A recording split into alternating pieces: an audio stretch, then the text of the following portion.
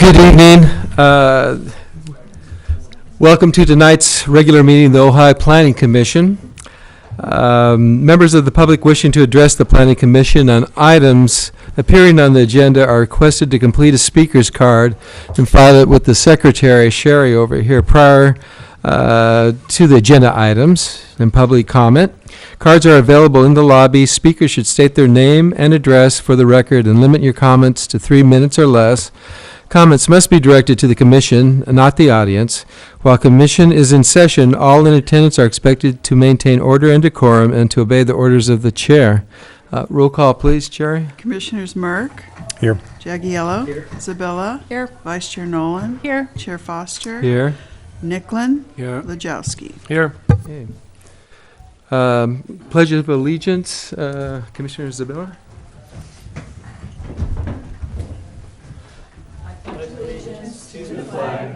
United States of America, and to the republic for which it stands, one nation, under God, indivisible, with liberty and justice for all.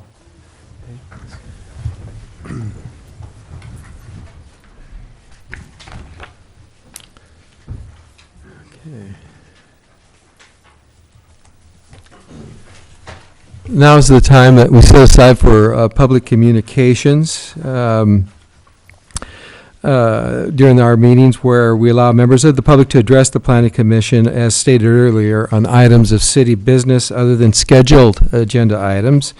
Matters raised at this time may be briefly discussed by the Commission and will generally be referred to staff or placed on a subsequent agenda. Under state law, other than for emergency items, no actions can be taken at this meeting. I have before me, I believe under public comment, Mr. Robert Meyer.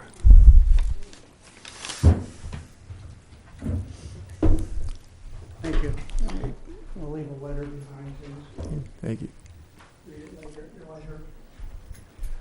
I'm just following up on a comment I made at your last meeting regarding the M1 zoning in the Bryant Circle area, and the fact that I believe that back whenever that was done in the 80s or whatever, when that whole development was made, Robert Meyer, 550 Buckboard Lane, Ojai. At that time, I thought, and I still believe that that's really wrong from a city or urban planning standpoint to have an industrial zone directly adjacent to a residential zone. I would propose that you guys think about sometime in the near future of looking at that zoning and I'll call it being selective in terms of modifying it to eliminate some potential future issues that could crop up in terms of us, the residents. Right now, I really don't have any problems with the current residents, tenants, businesses that are there. Really, they're pretty quiet. The evenings are quiet. The weekends are quiet. Okay, I could deal with a few less lights out there, but generally it's okay. But if I look at the M1 zoning, we could have some sort of a freight truck terminal in there running 24/7, which brings a lot of truck noise, a lot of pollution, a lot of lights, etc. And that's all in the code. I would like to see that, of course, eliminated. I would love to be able to say that the area is only in operation like from 7 a.m. to 6 p.m. Monday through Friday, excluding holidays.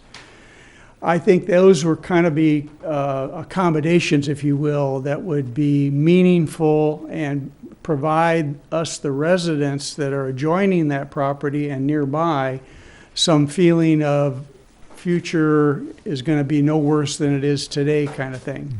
Because believe me, if a truck terminal went in there tomorrow, which it could, my property value would dive down. My life, I won't say my life expectancy, but let's say my joy of life will go down considerably as well. So I'd like you guys to take a look at that. As I stated in my letter, I'm more than willing to work with you guys, with people who are from the Bryant Circle area, whatever, to go see what we can do. I don't want to kick anybody out. Like I said, I don't have any real problems with what's in there today. I'm more worried about what might be there tomorrow. Okay. So I appreciate your looking at that. Thank you. Thank you. I do not have before me any other public comment cards, but if you'd like to come forward, you're welcome.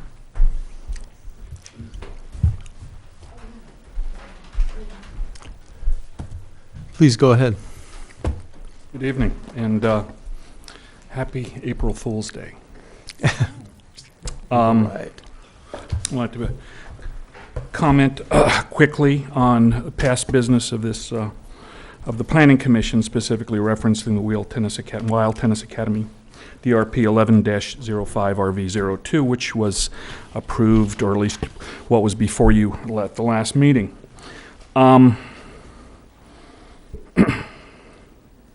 And I'd like to observe that there was a bare majority, and at least two of you of the bare majority, as I've said before, notwithstanding the legality under this municipal ordinance. Two of you do not reside in this city, cannot vote in this city, yet you voted on something that affected someone's property rights. And on specifically referencing that application, the noise study and exemption, changing from 1 to 3 tournaments per year, and no requirements based due to school activities. My reading of that component of the municipal code applies to school activities, not to tournaments that are sponsored by major corporations such as Wilson with $100,000 prize money. I have not completed my review, but it appears that the first phase of this project, somewhat 4,600 square foot addition of the dormitory school, that is the subject of DRP 1105, the initial iteration. They received a certificate of occupancy. It was final on 8/3/14 and received a certificate of occupancy on 8/4/14. Appears that no other work in furtherance of this DRP has been done, nor a permit obtained, and it's been over 8.5 months. After 180 days, without a letter from the applicant requesting an extension, I believe the DRP expires.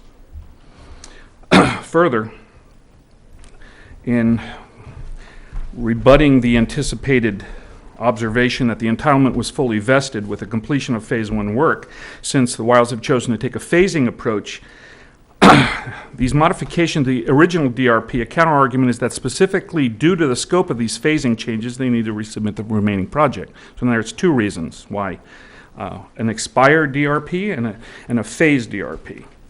As above, let's see. The Wild Academy applicant may also have made misrepresentations, whether they were intentional or otherwise, regarding the number of parking spaces, since there was a double counting. There's a 33% reduction in the Ojai Valley Athletic Club number to accommodate the Wild application, and I don't believe that you can make enough parking spaces out of sufficient for both operations. But that seems to have already occurred, and at this point I would characterize the the present convolutions of both the Community Development Department as well as the Planning Commission and soon the City Council to be sweeping a matter that was unfortunately riven with errors under the rug. Thank you. Okay. Mr. Craig Grant.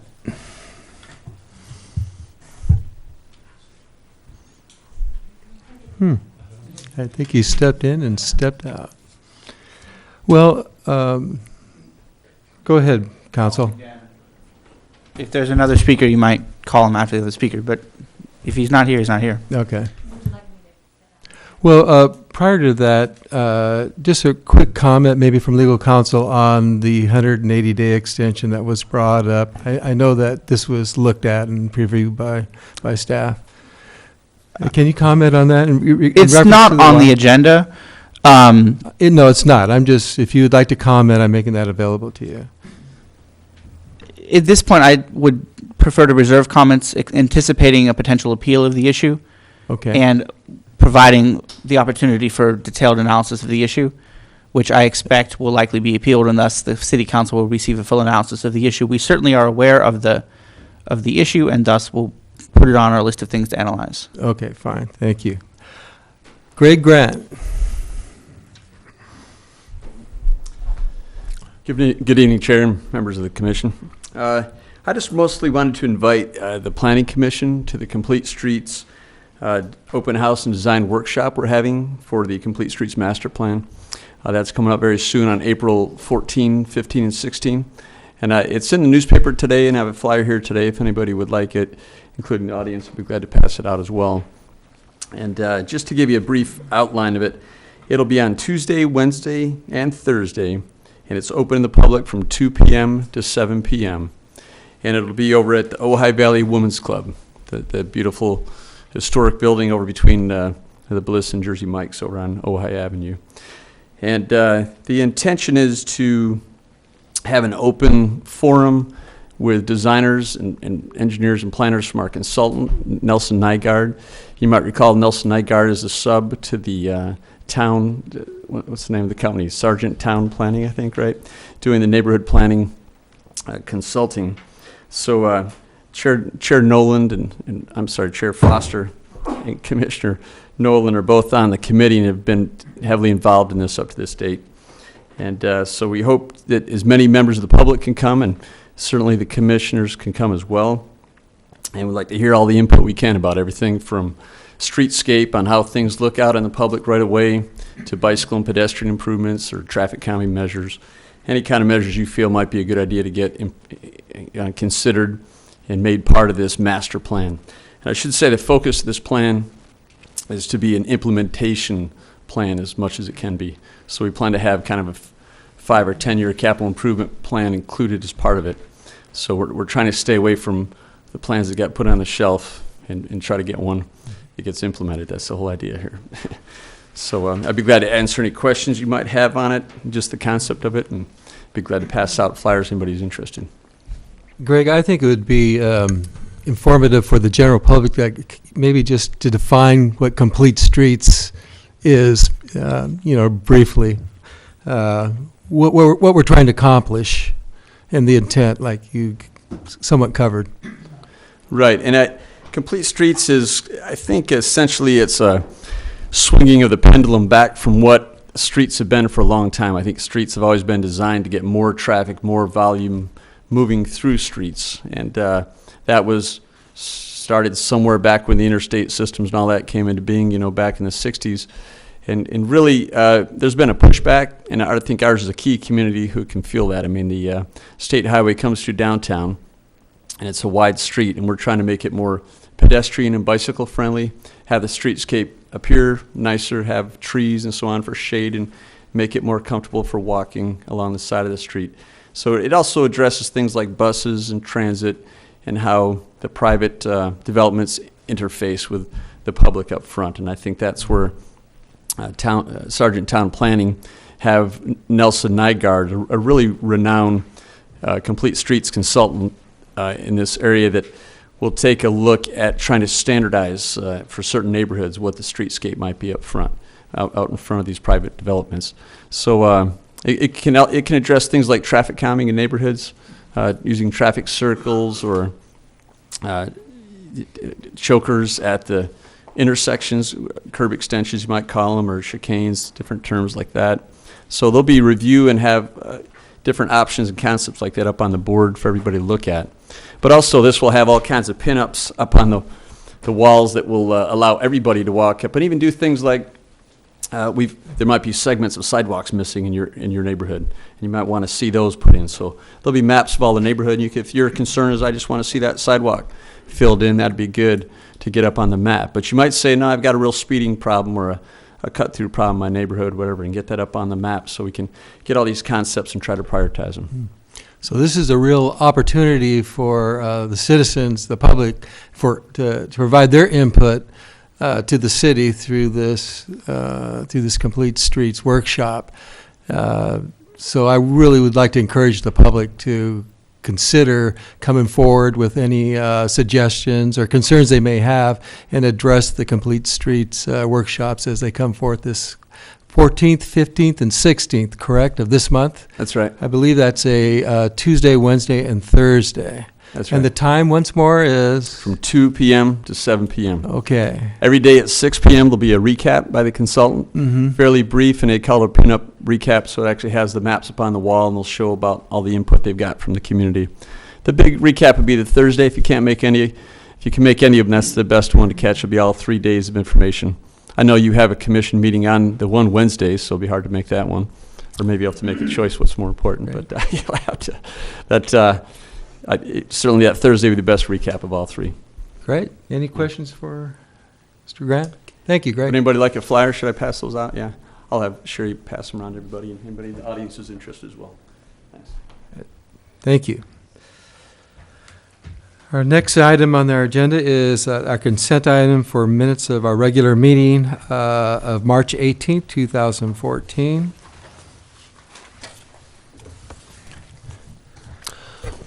I'd like to make a motion, we approve the minutes of the March 18th meeting. I'll second that. Roll call. Merck, Abstain. Jagiello, Isabella, Yes. Nolan, Yes. Foster, Yes? Nicklin, Abstain. Lajowski. Yes. Our next item is disclosure of site visits and ex parte contacts for items on tonight's agenda. Commissioner Merck? I have not visited this site on Montgomery Street, and I don't know that the other ones even apply at this point. Yeah, I think it's on hold. Continuation. Yes, I visited the site and no ex parte contact. I visited both sites and have had no ex parte contacts. I visited both sites and have had no ex parte contacts. I drove by the Montgomery site. I've been to the site and I have had a discussion with Mr. Segal, just a discussion. I'm familiar with the sites, but I've had no ex parte contact, nor have I been on either of them. Okay, thank you. Municipal Advisory Council Planning Commission Liaison Report. I do not see, there was no meetings this last one, so because there was no report, our next MAC meeting is scheduled for April 20th, and we have Commissioner Merck slated for that. Okay, John? Yep. Okay. All right, now we're going to move on to our public hearing items. It's a design review permit for the remodel of Ojai Burger located at 401 East Ojai Avenue, assessor's parcel number 02301104440. The general plan land use designation of the site is general commercial and zoning classification is general commercial, C1. A categorical exemption has been prepared pursuant to the California Environmental Quality Act. The property owner and applicant is Ajay Shagal of Ojai Burger. It's a LLC. Representative Alex Ugrit, architect. Can we hear from staff, please?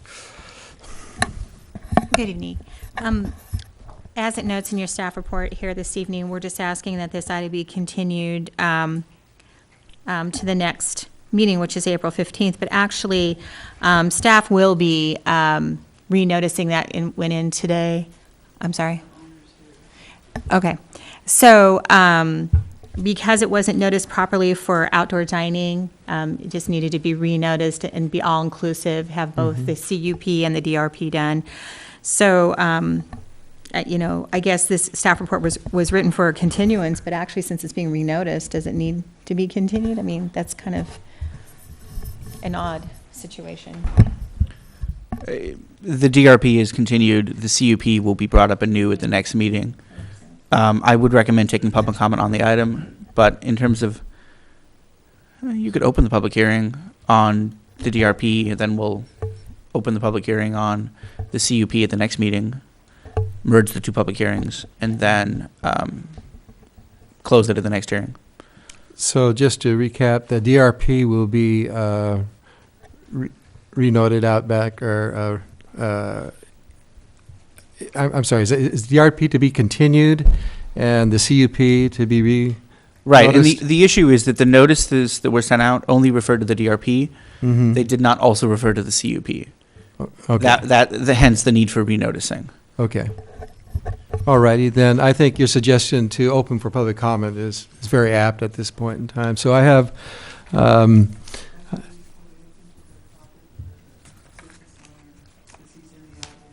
right, actually, Yes, I think that's a good way to go about that, Sherry.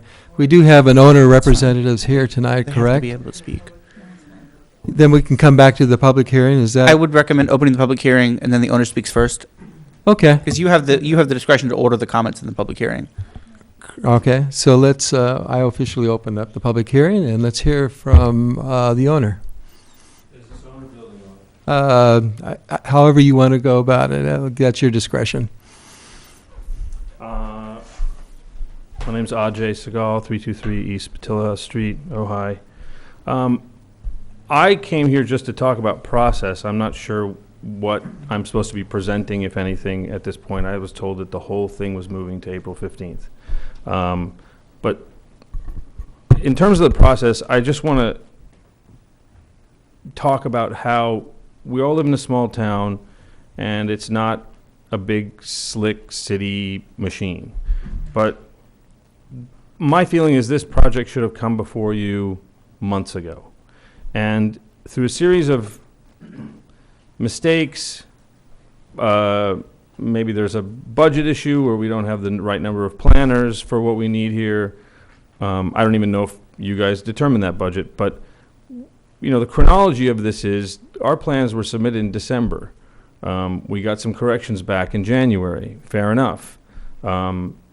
Out of the 15 or so corrections, 10 of them existed on the plans. It was just clarifications that were already there. The 5 that we needed, we took care of. It took a month or so to get the survey and show some lot lines and so forth. We submitted it again. So that was planner number 1, got that. Planner number 2 got the second set of plans.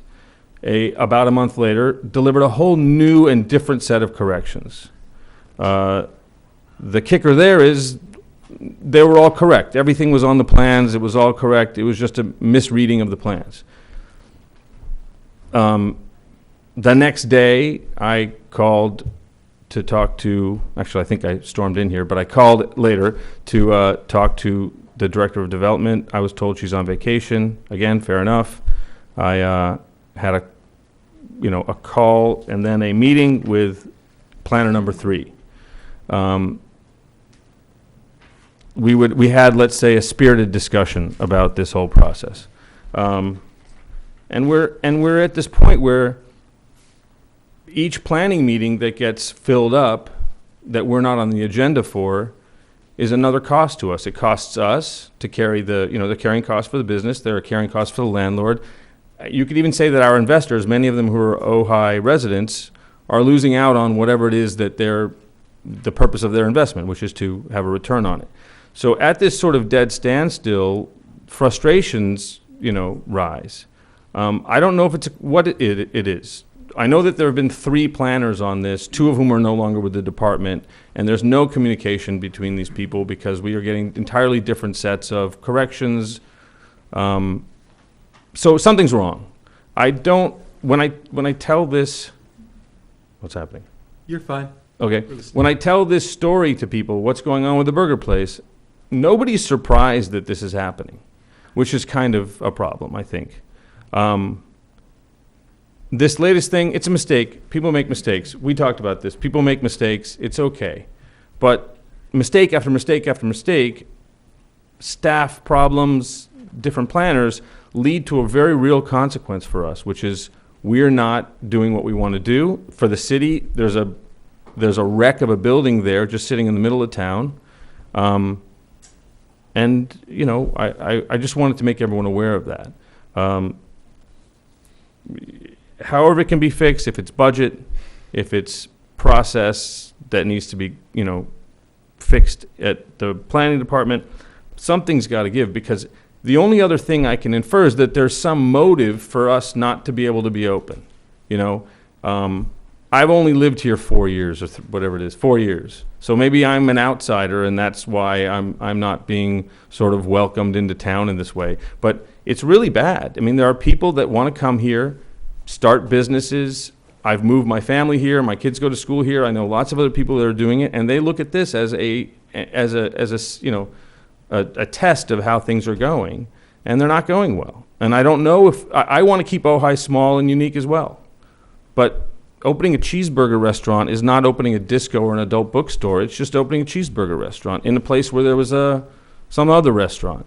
It shouldn't be this difficult. So that's my spiel. Thanks. Thank you, Mr. Segal.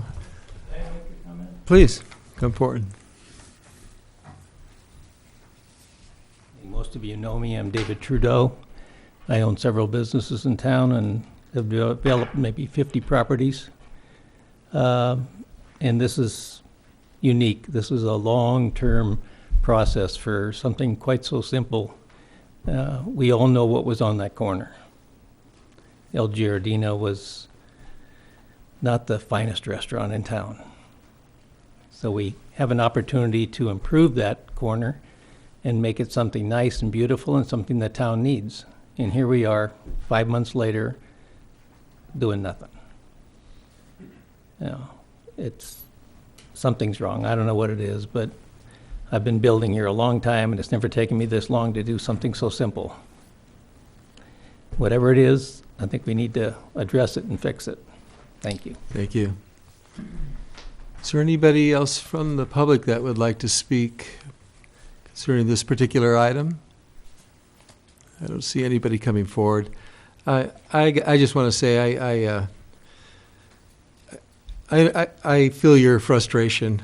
Actually, this is the first time this has come before the Planning Commission. The first time we've actually looked at it was when our binders were handed to us last Friday. So obviously, there's a lot of transition going on with staff and city over the last few months.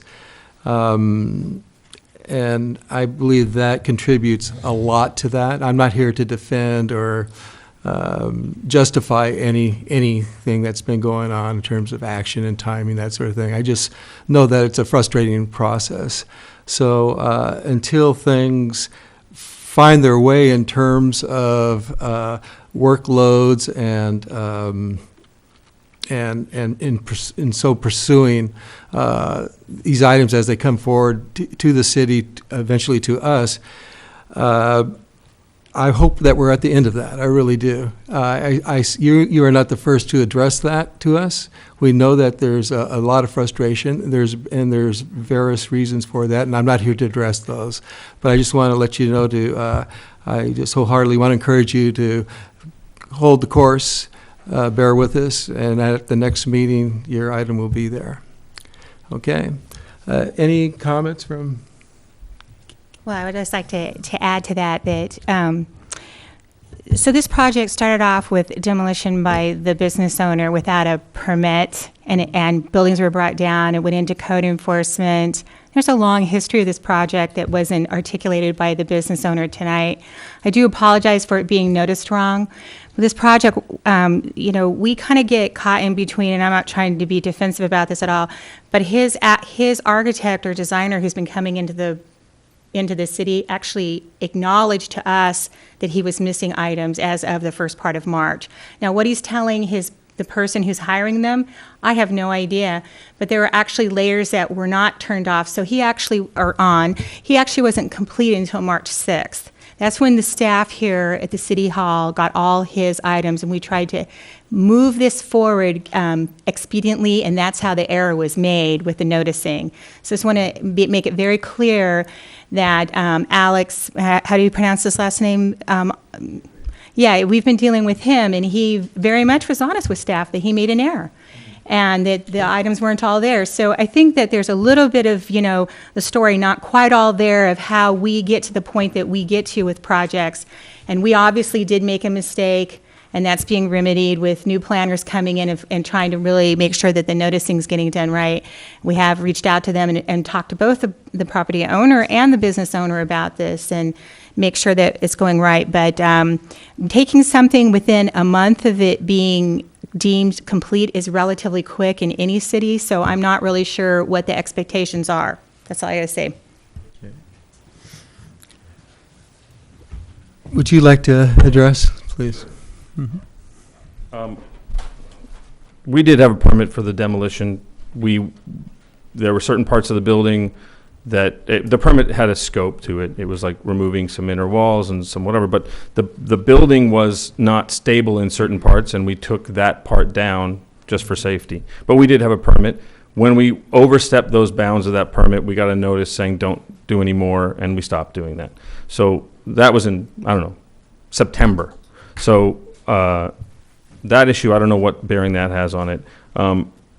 He said, she said about what was available and what wasn't available to staff, but we were told to include revised sheets only in the second submission. That planner is gone and can't attest to that, but that's what we were told. So we submitted an incomplete plan set, but they had the original plans and those were complete pages, and that's what we were told to give, revisions only. If there was a layer turned off or not turned off, or, you know, I don't know. Alex never told me anything about that. I wouldn't blame him if there was, but it's not something that should push us as long as we've been pushed.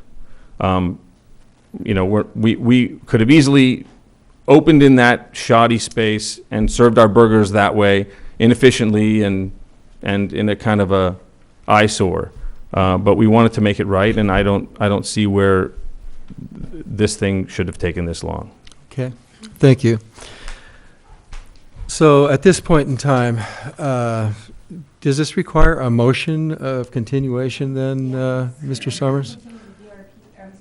To continue the DRP hearing to April 15th, I believe is what the city attorney said, correct?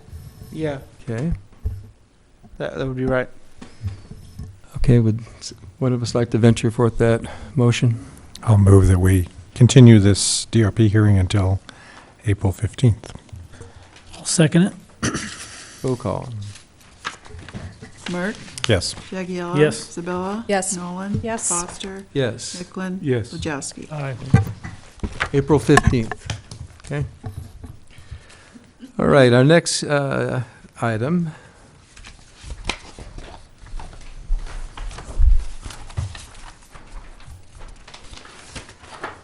I'm looking for this here.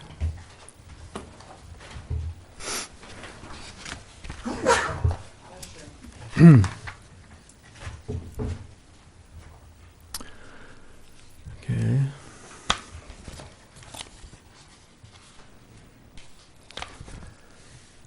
Is a municipal code ordinance text amendment, TA 15-02, to modify the City of Ojai's Municipal Code, Section 10-2.503, Table 2.4, allowed uses and permit requirements for commercial and manufacturer zoning in Districts M1.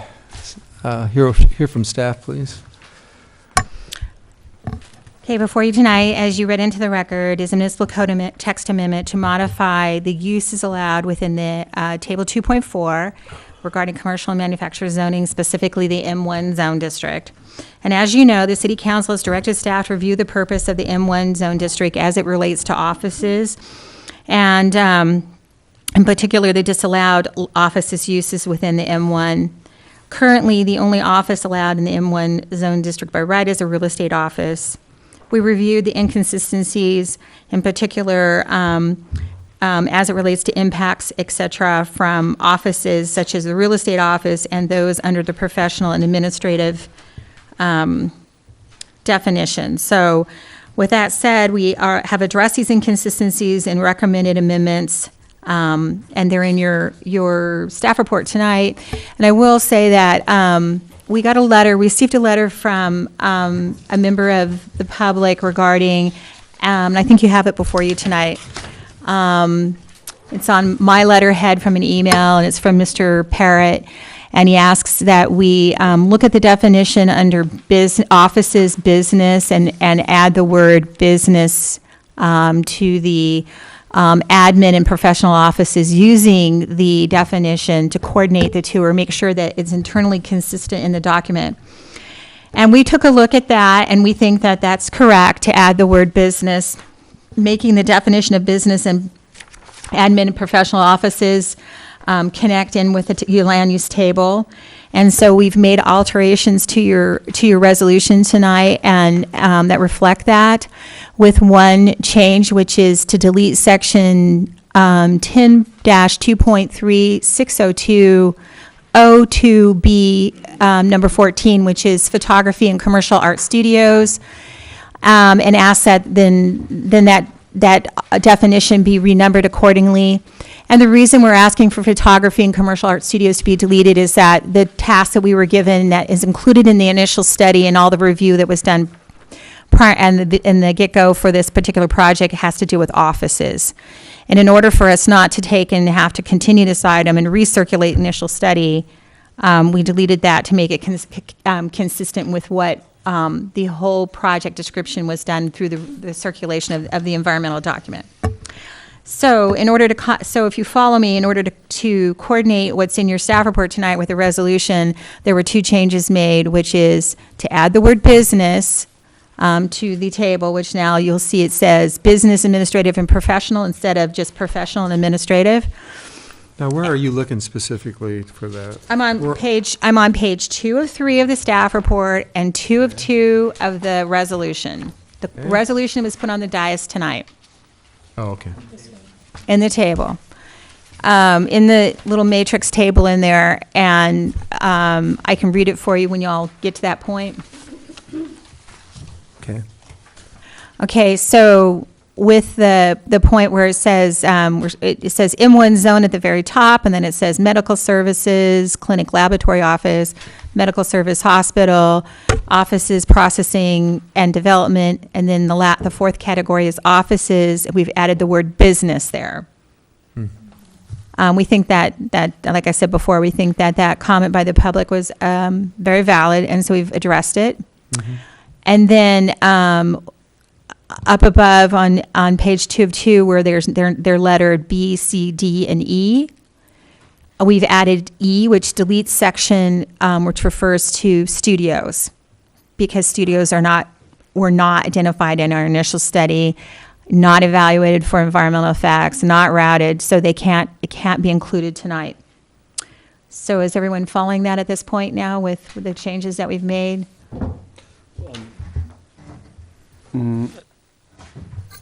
No. I mean, I get everything up to, okay, so in section E, I'm on page 2 of 2 on the Planning Commission resolution.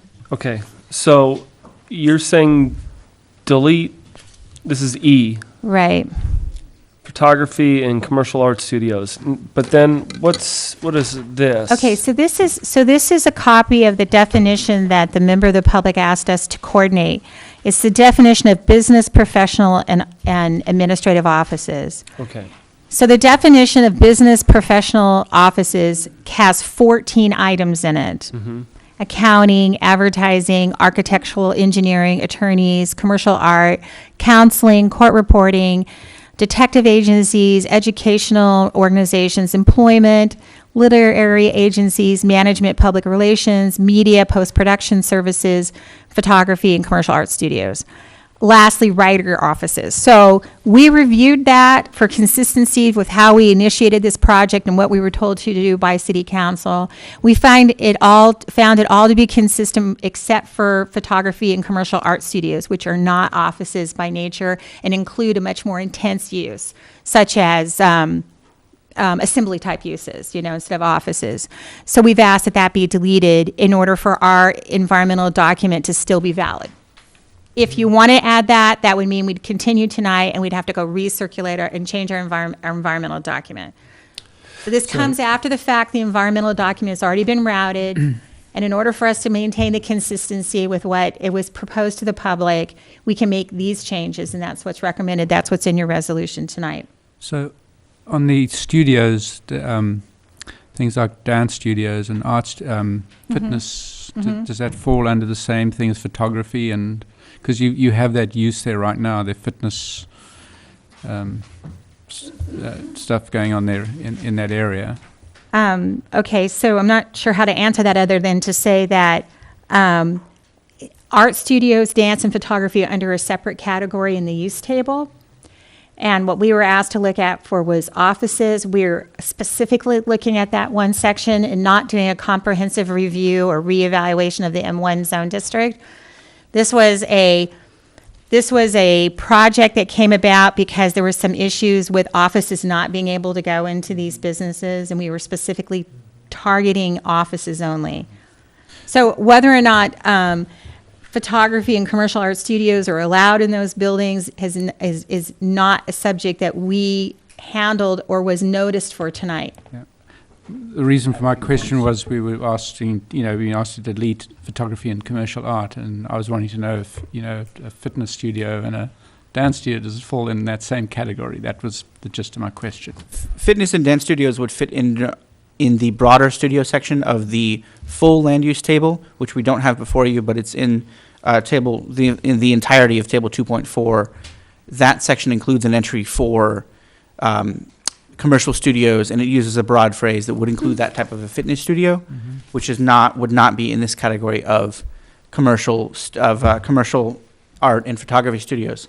And the broader point I wanted to note, to add to what Kathy has noted, is that as we read it, that this line in the table was always meant to refer back to this definition, because before the proposed amendments, that as present, the table reads offices, professional and administrative. We read that to always have been meant to refer back to this definition, which is offices, business, administrative, and professional. So our goal is to harmonize the table with the existing definition section. But in doing that harmonization, we realized that the photography and commercial art studios doesn't match the remainder of the definition, which is all of half a dozen varieties of offices, more than a dozen varieties of offices. It doesn't fit back with those, thinking about the associated uses and the associated impacts. And so we didn't want to then find ourselves accidentally adding a use that wasn't intended to be added with regard not just to the M1 zone, but the other zones as well. Because this, modifying the definitions of that line in the table to be offices, business, administrative, and professional, non-medical, that applies, of course, to all the zones, not just all the commercial zones, not just M1. But our thinking is that that isn't a net change in what's permissible on the ground, because we're connecting it back to this definition, with the exception, of course, of removing photography and commercial art studios, which presently aren't permitted because they're not an office, administrative, or professional, and so we don't want to make them permitted by tying it back to this definition. If that makes sense. Hold on.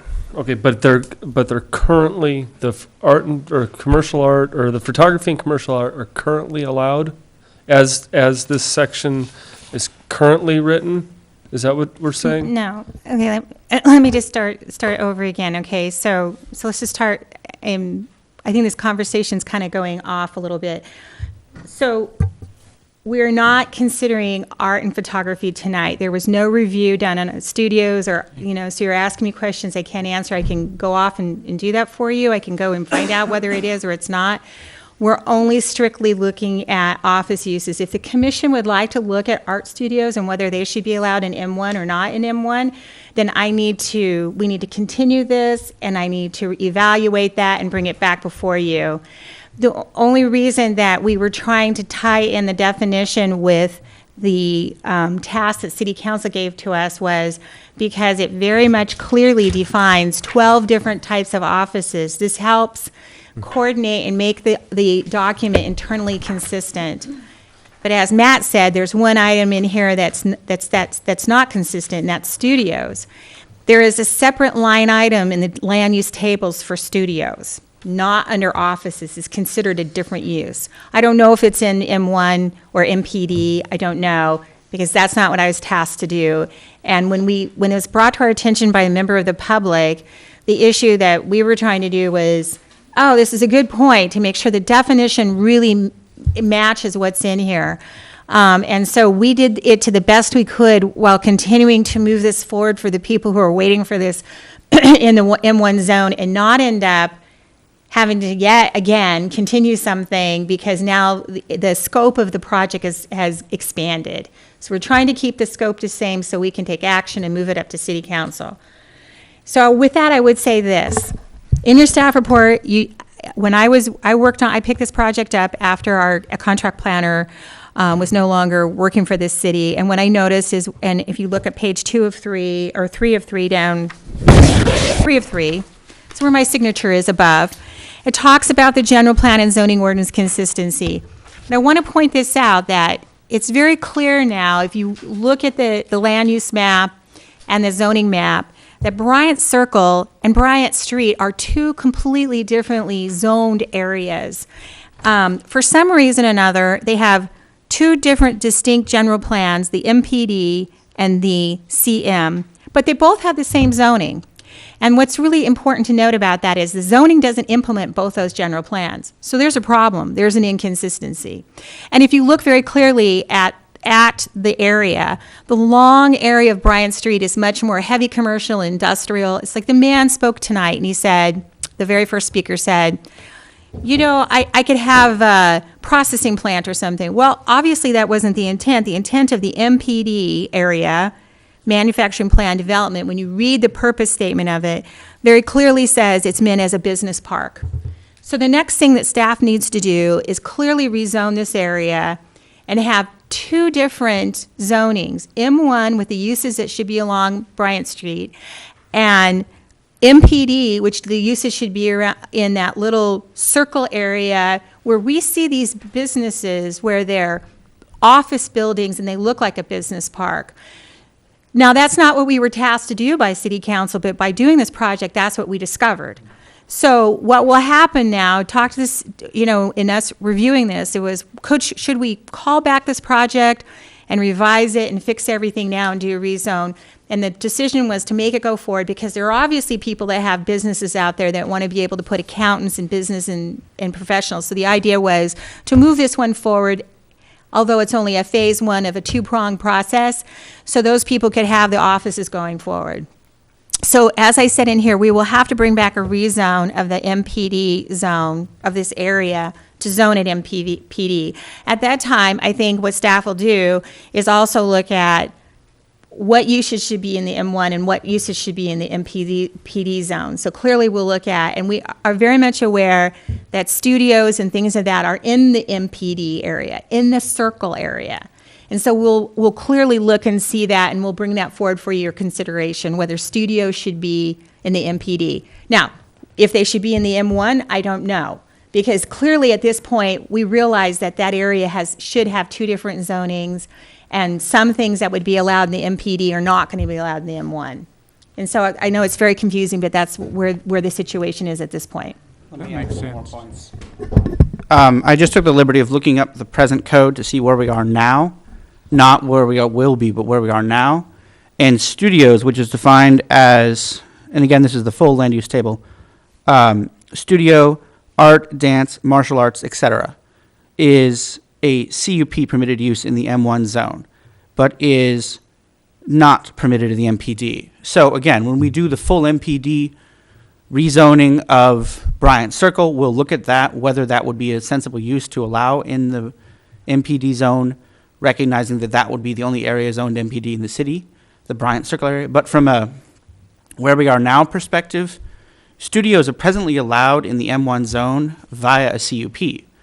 If we go with, if the commission approves our proposed text for this resolution, that would be maintained. Studios would be allowed, continue to be allowed as they are now via a CUP in the M1 zone, and offices would be allowed by right without offices including studio, by deleting that from the definition. And as Ms. Wold noted, we will be doing a full analysis of the MPD zone and what's the sensible use set in that. And you'll note, if you think back to your last review of the zoning table, right now there's nothing zoned MPD, yet the general plan, of course, designates the Bryant Circle area as MPD, and that's what caused us to realize, oh, there's this gap here. And part of that full review will be looking not just at offices and studios, but the entirety of the land use table and what's a sensible use in the MPD zone. That, of course, we haven't yet done, as that's a larger project. Okay. No, I see the need for the phase two, obviously, and I believe that's what Lawrence is really addressing with his, I mean, with the understanding that CUP will allow the dance studios, that sort of thing, but the issue is there's inconsistency in the code, and that needs to be reconciled. So you'll be coming back to us with this phase two revision to the MPD or whatever we're going to call it at that time, okay? So, I'm going to open it up to, are there any more questions for staff from commissioners? Then we'll open up to public comment. I don't have any cards, but come forward. Oh, Mr. Parrott, I do have your card, please. that you address.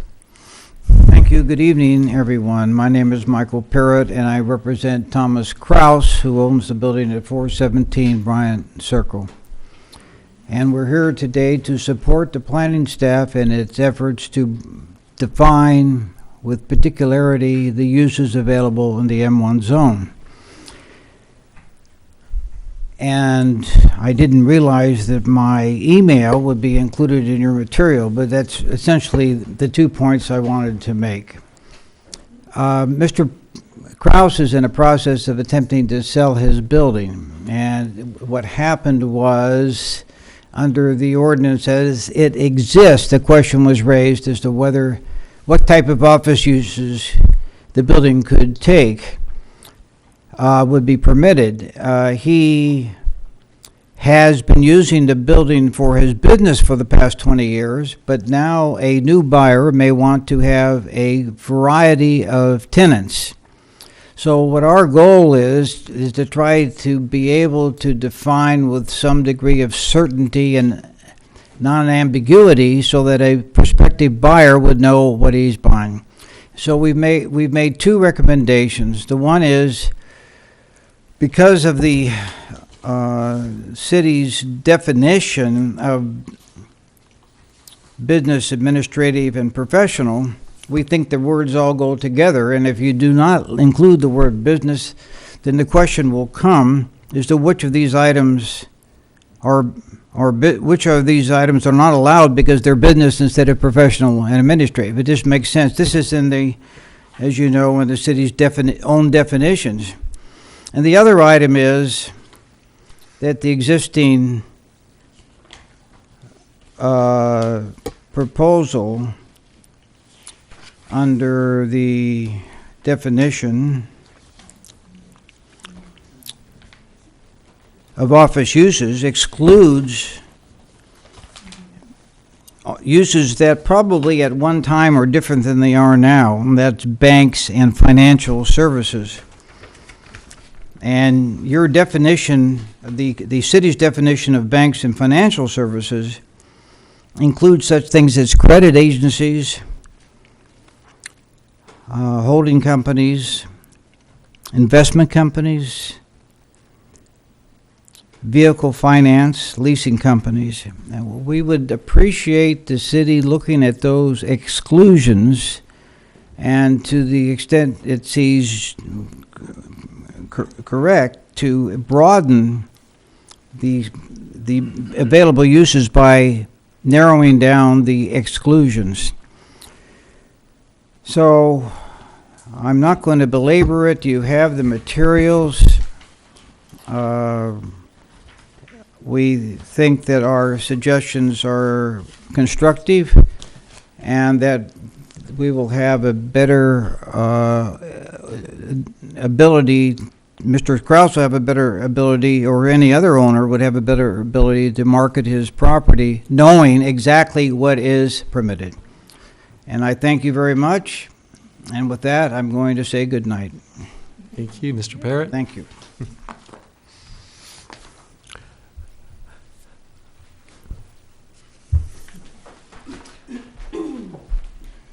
I believe that Mr. Parrott. We're going to have to know. My name is Linda Epstein Clark. I live at 520 Buckboard.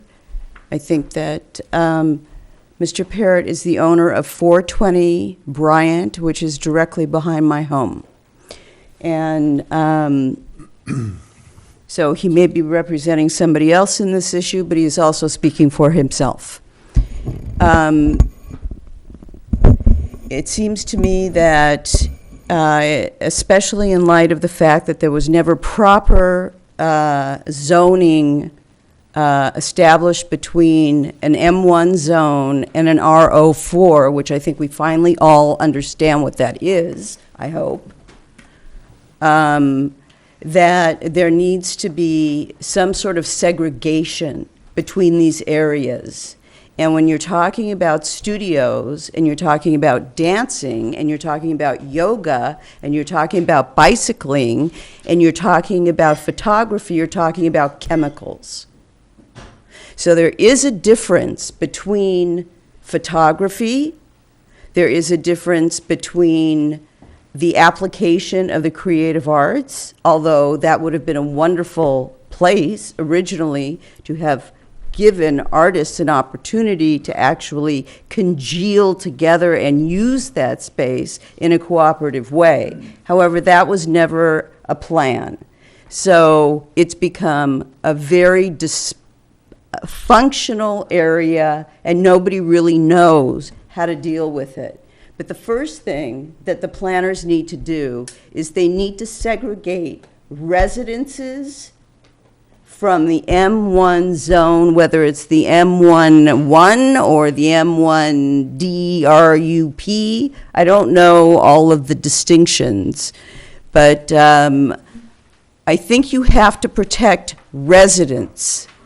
And because it has never been done since 1983, and this is 2015, I think somebody needs to address that issue before we continue to make decisions about what goes in those facilities. And it's very disturbing to hear these conversations continue as though people don't exist. Again, Buckboard or Persimmon Hill, which filled your studio or whatever this council is last week, those people live there. And we live in a place, unfortunately, that was never sufficiently separated. That is the first thing a planner learns, is how to discriminate and how to build a city out. And you don't put the lowest density next to the highest use.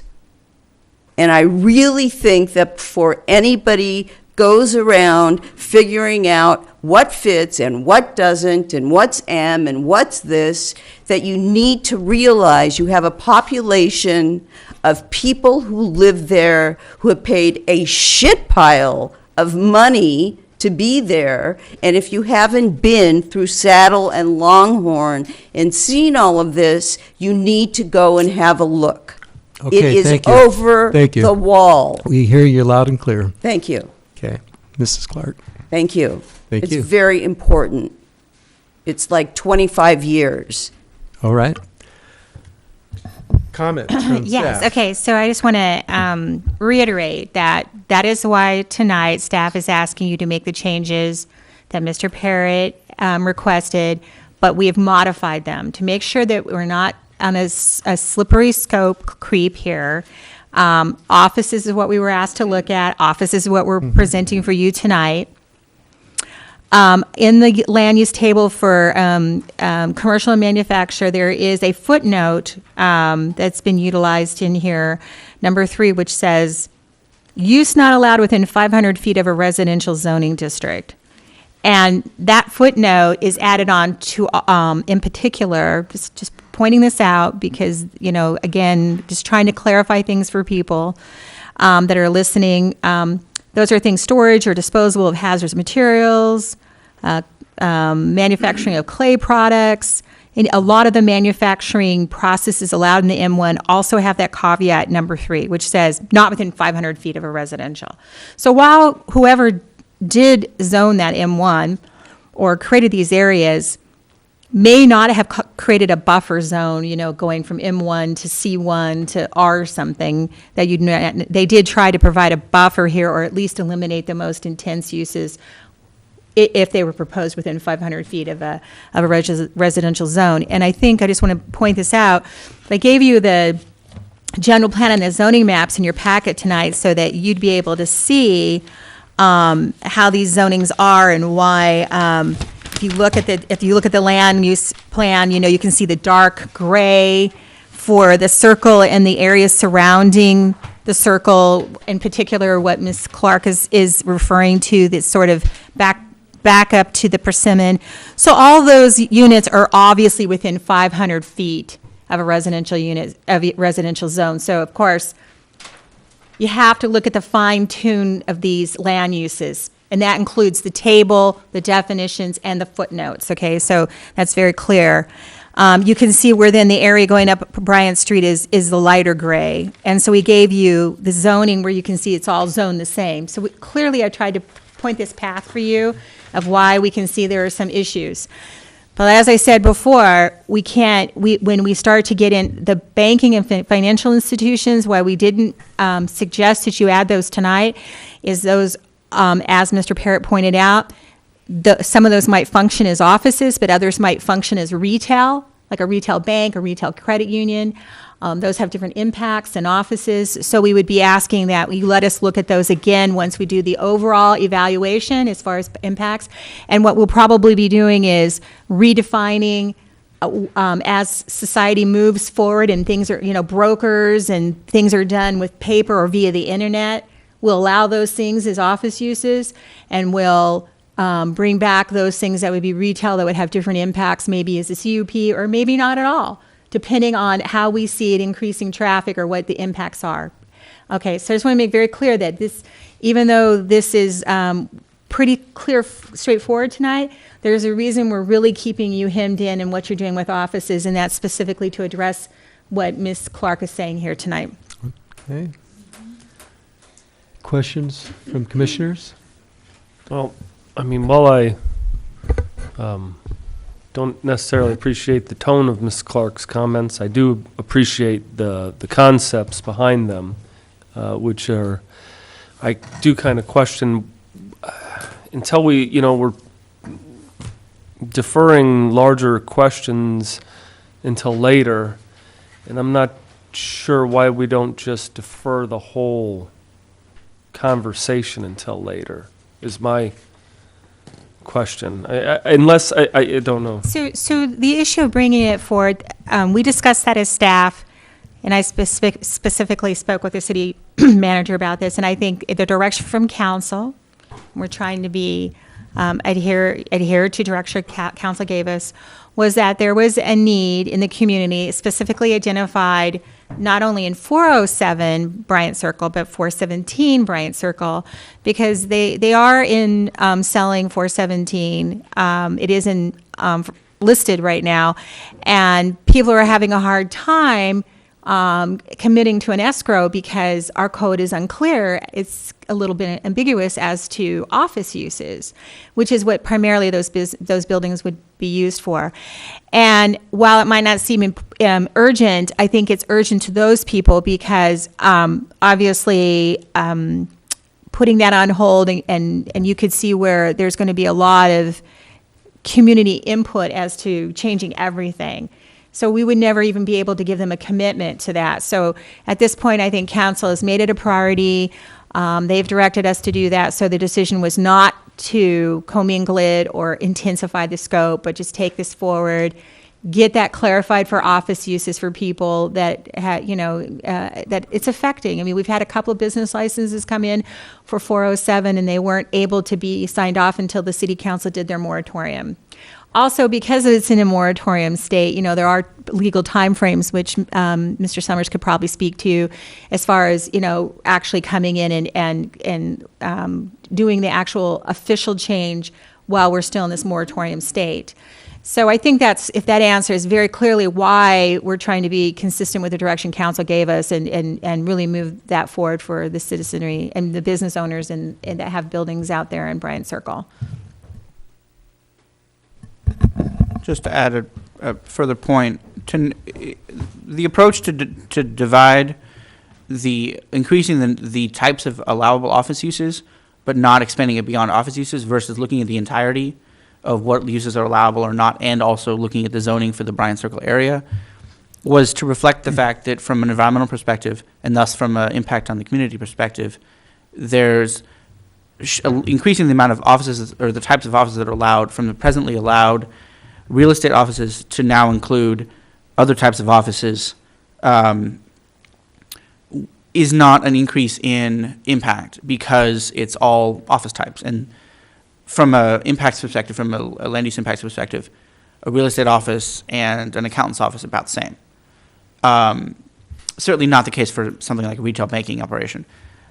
But with that way, it allowed us to accommodate council's direction to look at this and permit offices and to do that expediently while by giving us some time to do the detailed analysis, bringing into account that there's clearly some concerns about buffering in this area.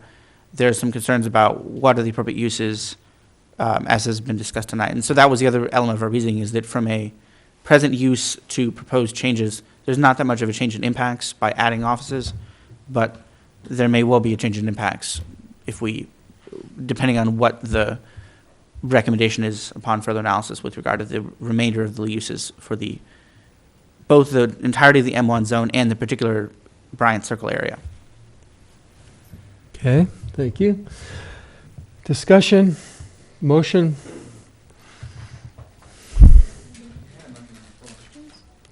I need to close the public comment first. Public hearing, or public comment at this point. Okay, now. Any comments from commissioners? Okay, so then do I have someone want to make a motion? Kathleen? Sure. I'll go ahead and make the motion. That the Planning Commission adopt resolution number 15-08, recommending that the City Council adopt proposed municipal code amendment TA 15-02 and the accompanying initial study and negative declaration Exhibit A, which amends the city's municipal code section 10-2.503, table 2.4, allowed uses and permit requirements for commercial and manufacturing zoning districts M1. Do I hear a second? As revised, I need that. I'm sorry, thank you. That's right. As revised. And do I need to read over that, or if I just include the as revised per? As revised. Okay. Okay. Okay. Any comments on that motion? I'll second that. Okay. As revised. No comments? Roll call. Merck? Yes. Jagiello? Yes. Isabella? Yes. Nolan? Yes. Foster? Yes. Nicklin? Yes. Wojciechowski? Yes. Our next item is a concept for located at 311 Montgomery Street, South Montgomery, concept review CR 14-06 for the demolition of two existing structures and construction of a two-story single-family residence and accessory hobby game room located at 311 South Montgomery Street, assessors parcel number 0230100-150 in the Village Mixed Use Zoning District. Hear from staff. Okay, so I think it's important to note that this property is zoned VMU, and as you know, recently, I believe it was in 2013, they changed the setbacks to the VMU. Is that when it was done, Sherry? And I think that has caused a little bit of issues for people that are considering development, and thus the applicant has decided to come in for a concept review. In the staff report tonight, it talks about some of the specifics as to what is existing out there, the size of the lot, and what they propose to do. Also provided in the staff report tonight is the basic development standards in Table 1 on page 3 of 5. So I would like you to note that the size of the lot is below the minimum required in the VMU. The width of the lot is below the width required. And as such, we do, it does impact the development's ability to meet some of the standard setbacks. And so with that, the question has arisen about whether or not, they qualify for a variance or they don't qualify for a variance. And staff would just like to point out that the intent of the VMU district was if you asked for different setbacks in the VMU district, you were allowed to use it through a plan development permit. However, the code requires a 5-acre minimum for the planned unit development. So it kind of puts a person owning an individual lot, such as this one of 6,000 square feet in size, kind of in a quandary because they now have much larger setbacks than they had before. They don't have the ability to do a PD. They may qualify for a variance as I've discussed with you folks before, regarding some of the things that don't meet the minimums. It's very difficult to meet side setbacks when you're 40-foot wide and the code requires 50. So obviously those setbacks are set considering that there would be a 50-foot width. I mean, in this case, it's 10% and so 4 feet. However, and in this particular case, thank you, that's so nice. In this particular case, it notes, the table notes that they're not meeting the front and the rear setback. That is one of the, I think the rear setback was originally, was it 10 feet before, Sherry? Sherry might know the original ones, 10 feet, and yeah, and it was 10 feet in the rear? Is that what you said? Oh, 5 in the rear. So it went from 5 in the rear to 25% of the lot. And so, or 15, 25 feet. yeah, 25% of the lot is, and it's 150 feet, so that's, what would that be, 37 and some odd change? Oh, yeah. Oh, it would, yeah, yes, you're right, 25% max. So they're only proposing 15, so those are some of the issues, and regarding the parking, that we need you to look at, the applicant would like to get your feedback on. You know, the issues of making findings for a variance, looking at the architectural design, the actual siting of the project, that, you know, there is already existing development out there. And I believe that's it, and I'd be able to answer any questions, but I know they're out here and they'll be able to give a presentation for you. And there are some, as you see down here, there are some, in the staff report does mention the median setback, which is, you know, develop lots on the same street frontage and block, and constitutes the midpoint of the front yard setback for such developed lots. I mean, and we normally use every avenue we can to assist people in making setbacks, but I think in this case, that's why it's here for you before tonight, because it's one of the first tests of the new VMU setbacks. I want to, clarification on a couple of things. I want to make sure I've got this right. So the previous zone included a 10-foot front setback, right? And they're proposing a 10-foot setback, okay? And the side yards are 5, correct? Were 5. The rear was 5 as well before, okay. And I think if you let, I didn't mean to interrupt, but I think that the owner obviously has owned this well, I shouldn't say obviously, but I believe the owner will come up and tell you that they've owned this property for quite a while, and probably this development was done contemplated under the old, if that's where you're going with this. yeah, that's where I'm It was going. contemplated under the old setbacks, and I think, you know, I think you're right on point with that. I have a question. Kathleen, is there another parcel in that general vicinity in the VMU zone that has a similar sized lot? Or have you come up across any other other projects that were similar to this?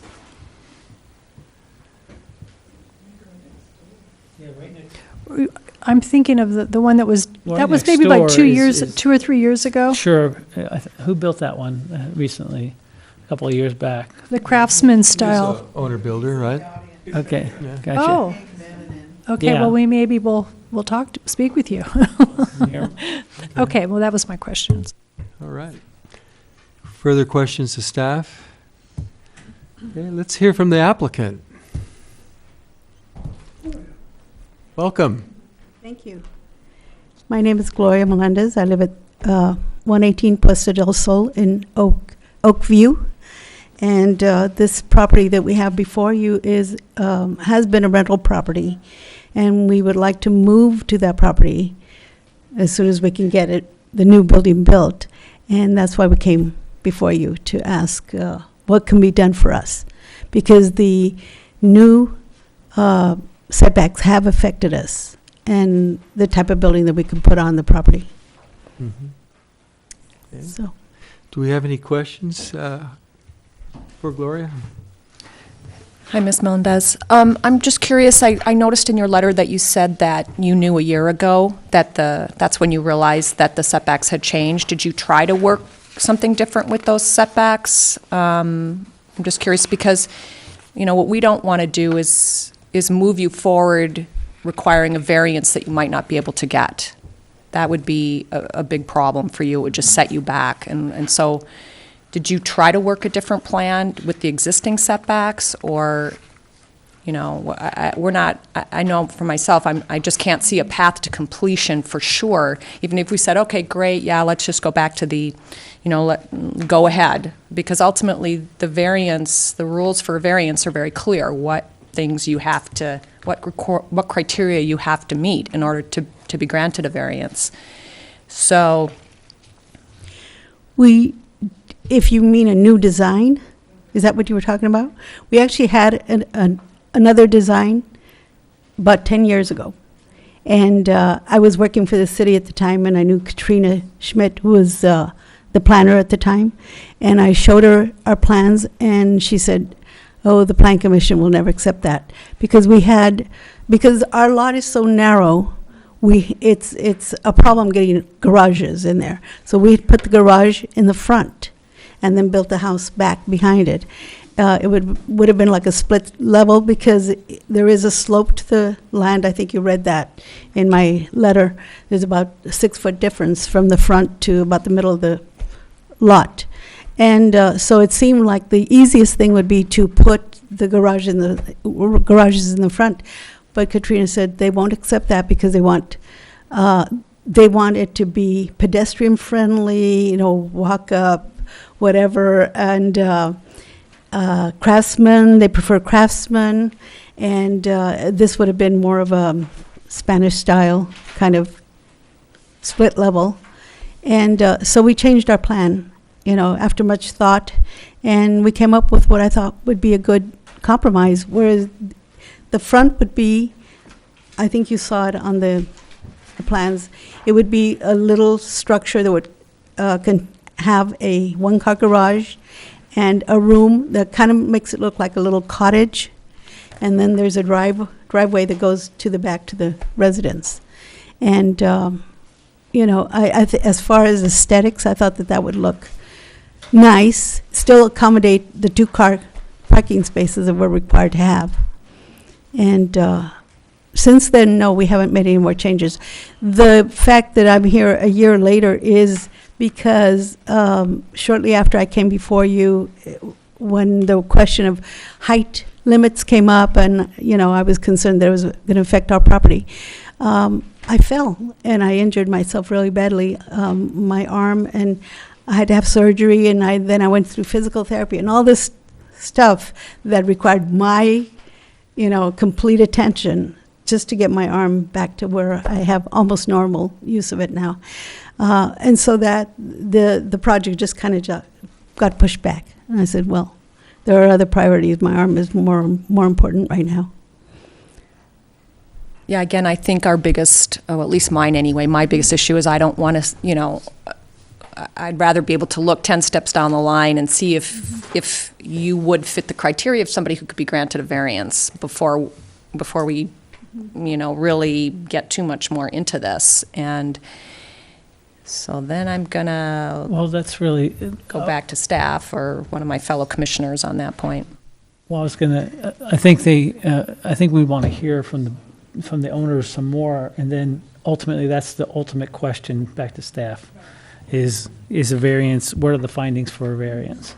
But let's, I guess, hear them out on their plan and talk about their plans, because ultimately, that is the question. Was there any sort of a color board or materials board for us to look at? I mean, so far, from the graphics, it looks very appealing. But I was just curious about the materials. I mean, I think there was a brief description in the colors that you would be using. Oh, here's... Perfect. You can bring that forward, and we'll pass it around. Thank you. That's probably a minor issue, but... I'm sorry. I'm wondering if it would be relevant if the neighbor would be willing to speak about his experience. Are there any further questions for the applicant? Oh, I wanted to make, over here, there was a mistake made. I think it was kind of reversed.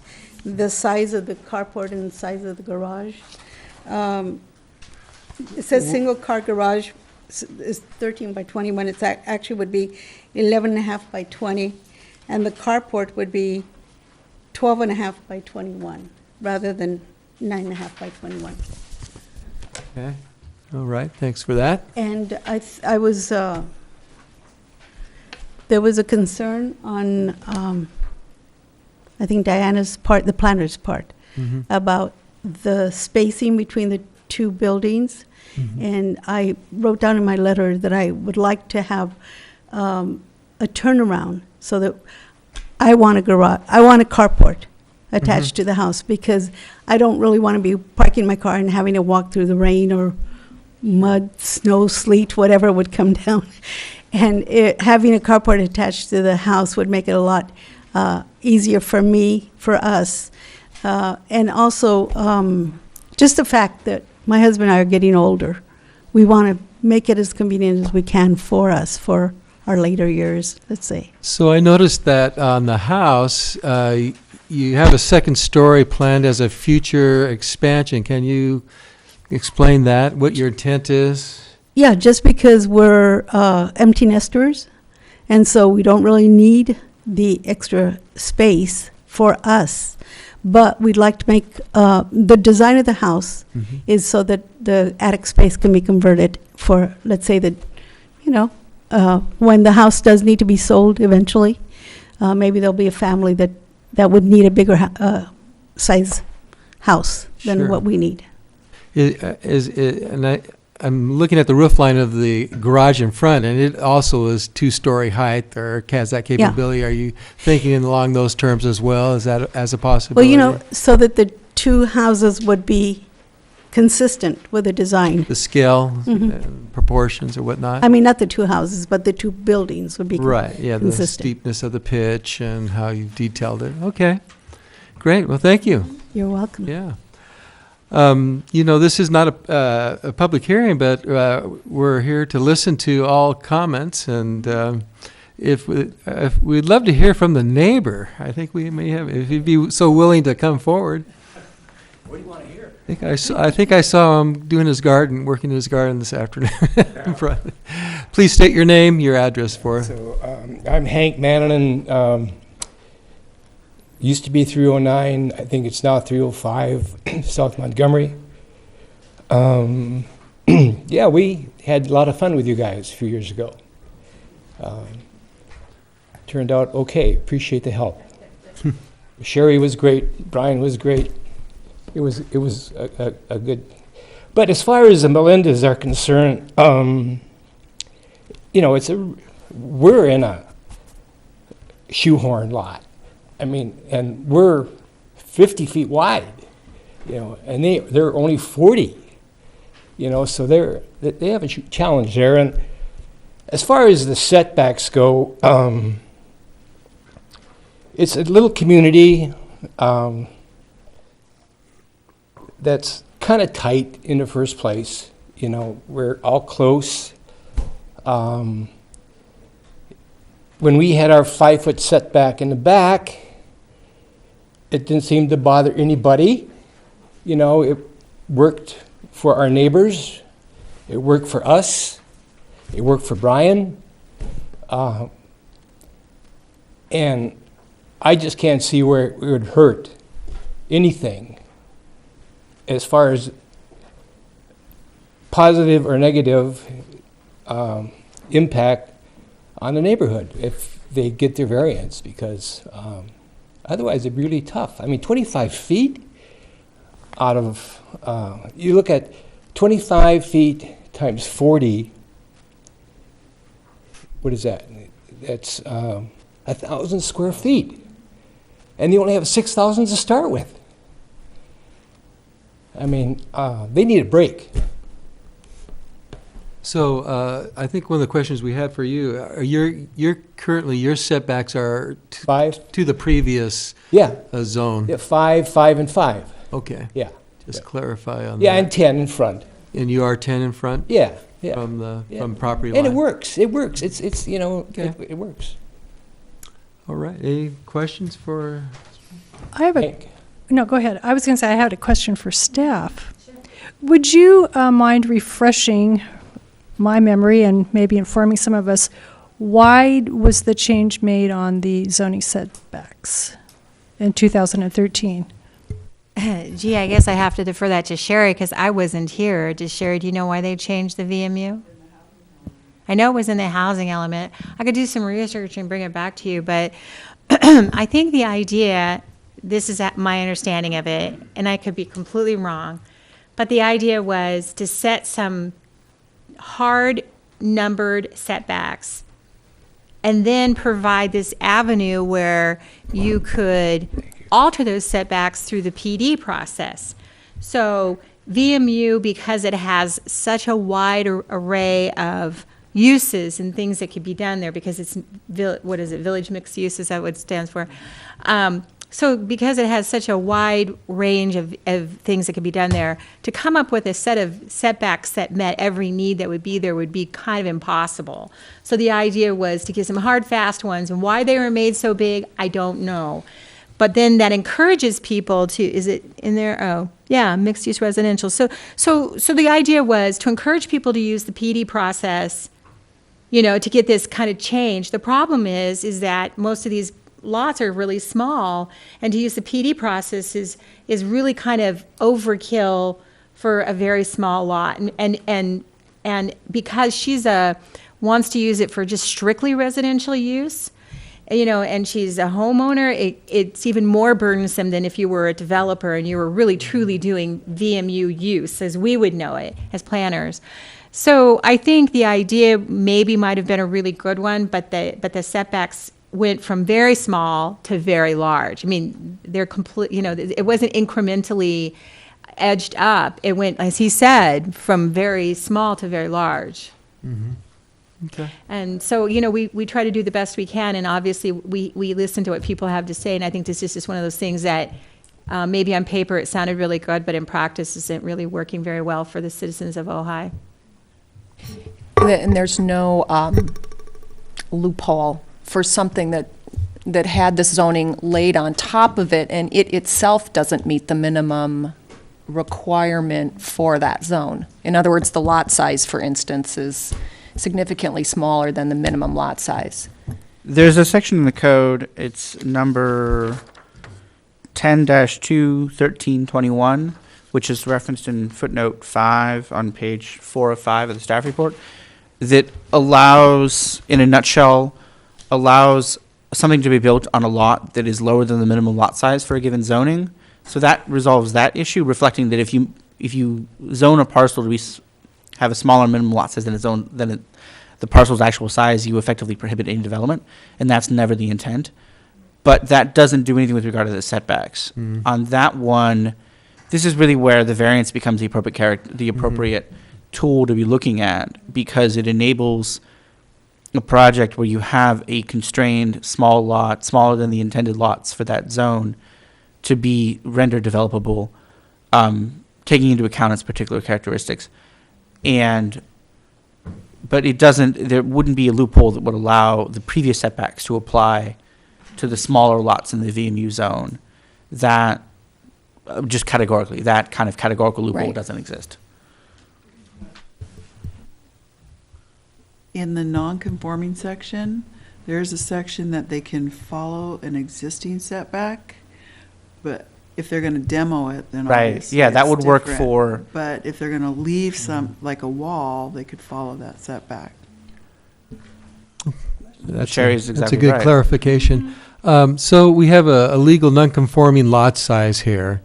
My question for staff is there any justification in your view, for a variance? Well, like we've always talked about before, you know, variances are based on the property. You know, so the actual, whatever it is, 60, I have to look up the, 150 by whatever equals 40? the 6,000. Okay, Oh, yes, yeah. 150 by 40. She's laid out, we always ask that the property owner try to make the findings, and she's laid out in her letter that not only is the property narrow, but that there is some topography issues. Now, those have to do with site characteristics. Also, I think the point the gentleman made about, you know, the building envelope, does she have a building envelope that's, you know, similar to what he has? In other words, by having a really deep setback, 1,000 of, I don't know. I don't know. I mean, I don't think that there's enough information here to actually see what the topography issues are. You've all been to the site. I don't know if there are, I mean, I recall when we, worked with, the one over, I can't remember, we did a variance before where the man wanted to move his garage out to the front. Do you remember he had a carport Right. underneath the house? Same thing, that people were driving underneath, on this crazy topography, but it really wasn't anything anybody really wanted to do. It was kind of awkward. And as she said, she's looking for something that's a little bit more convenient for her to be able to get in there and turn Right, around. right. Mm-hmm. Matt did a little calculations here, and that in and of itself kind of, it's the separation. She's got this game room up front with a garage, and the separation between that and the house is by choice. And so obviously she could move one way or one the other way and meet the front setback or meet the rear yard setback. But I don't really see anything here that shows me the topography. So, I'm just looking at a flat piece of paper. So, she might have topography. She says she does. So I guess my to answer that question, I guess I would say that I think the lot is narrow. The lot is undersized. So she is meeting the side yard setbacks, which has to do with the narrow, but the narrowness of it does provide a really small, narrow building envelope. And so I don't know, I'd have to look at the topography issues and that type of thing. Other than that, the difference between a variance and the PD is that you would be able to, you wouldn't even have to make the findings for a variance. You just make this finding that as she designed it makes sense. But we can't because it's less I than know, 5 and so acres. On that, read the second sentence. What does it say? So I'm looking at Article 23 of, To look up the VMU. regarding the PD, and it says not to be applied to any parcel having a net area of less than 5 acres, as we've known. Mm-hmm. This limitation doesn't apply to parcels within the VMU zoning district. So on detailed review. Oh, there you go. And I apologize for again? this. So what I'm reading is section 10-2, 2303 application within Article 23 regarding plan development, permits, pardon me. And then subsection A, which is the list of the application for plan development permit shall complete with a various set of requirements. Subsection A7, not to be applied to any parcel having a net area of less than 5 acres. This limitation shall not apply to parcels within the VMU zoning district. So There's an exemption. there's an exemption, and I am not sure why the exemption did not get analyzed with the staff report. This was one where, because it was just a concept review, it didn't get routed to my detailed review, but Well, I'm happy to have discovered this. So I think Some this is good one honey where there, we'll work yeah. with. Right. So I think that's really important because that's where we needed to be, is at the PD. Because like I said, then the rationale is completely different. Then all you're looking at tonight is the way if this design on this lot, does it work? Is it more creative use of space? right. That's all we're looking at then, and I think that's what I would have preferred we'd be looking at. So that makes total sense. That's Excuse me, great Ms. Wold. clarification. As far as the topography goes, the level of our main floor is 733 feet, and that's about halfway back, about 75 feet back, and the curb height is 725. So you have about a 7 or 8 feet drop from the middle of the lot. The back of the lot is level. The front of the lot falls about 7 feet to the curb, within about 75 or 100 feet. So that's the topography. Pardon me? So it's pretty gradual. Yeah, it is. Yeah, it's very gradual. Yeah. So then at this point, I think the concept review is even more important because, the PD is expensive. It's an expensive process to go through. I don't know if Sherry, do you recall off the top of your head? So I'm pretty sure then that it's good if we take a look at this and give her tonight whether or not you think the actual citing of the way it's laid out makes sense, because then she'll finalize it and come forward. Any other elements or features that we might want to consider besides, okay, thank you very much. Hey, you're welcome. Good Thank you. information, we appreciate that. Okay, let's have that discussion. Well, based on that, I went over there today and walked over the site. pretty extensively. And I think the plan is very good, and it's consistent with the neighbor next door. I do think the turnaround for anybody back in there, in that log jam of an area, it would be necessary to eliminate that, to create, I would not want to build a house myself without that. So the craftsman style of the house is perfect. The next door neighbor, it almost matched the neighborhood. I thought it was very well done, and I believe the driveway access is appropriate for that particular Good. design. I'm going to have to agree with Chester, or not have to, I just do agree. But I like the fact that you are accommodating for some future growth. I mean, we're always looking to have a little more density downtown, or we've even discussed when we've talked about housing, the possibility of, the need for a family member to move in or someone else. So I really appreciate your thoughtfulness, for possible future building. I think that's very good. And, I think you're in a really important area, and I think there's still plenty of room for any street improvements that are going to be happening. I realize you're right near the bike trail, and I like what you're doing, and I thank you for supplying the material and color board. That was, good and pertinent. Okay. That's my vote. John, do you have any comments? No, it's nice to see you again, Gloria. And very excited about this. I think it's a great looking house. I like the design of it. I think it's really appropriate for the area. And I think it would be very appropriate to approve it, just the way it's shown there. I agree. I'm just happy we have a path to completion, and Right. that's what's really important at the end of the day. So it's a beautiful design, and it obviously is suited to the neighborhood. Yeah, Commissioner. Yeah, just again, a beautiful project, and glad to see it going forward. Sure, Mac. I have nothing to add to what everybody else has said. I have one last comment. I don't know if any of you heard today that Governor Brown has just issued the water restrictions due to our state drought. And in addition, we didn't get a landscape plan or even a concept, but I know that you mentioned you're going to include one in your final submittal. But I would urge you to use permeable paving where possible, so that we're getting The crushed granite?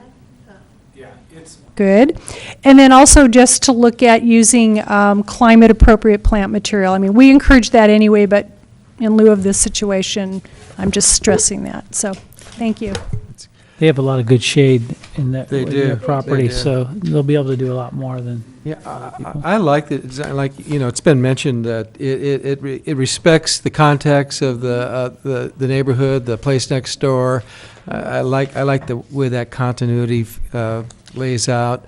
I know that we have sidewalk that stops right at your property line. You can anticipate that continuing in front of your property as well.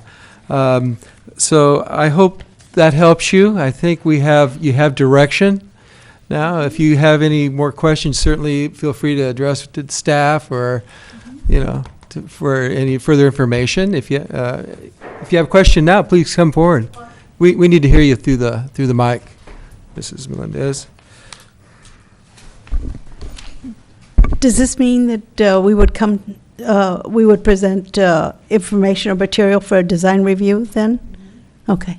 Mm-hmm. And a PD permit, a plan development permit. That's how you get your setbacks. Oh, okay. So you'll have to do that too. You can work with staff regarding that. We can help you with that. I think it's going to require a little bit more intense submittal, so we can help you with that. I don't think it'll be too much, because they're already kind of, saying how they feel, and I think that will help us, refine your submittal. Okay.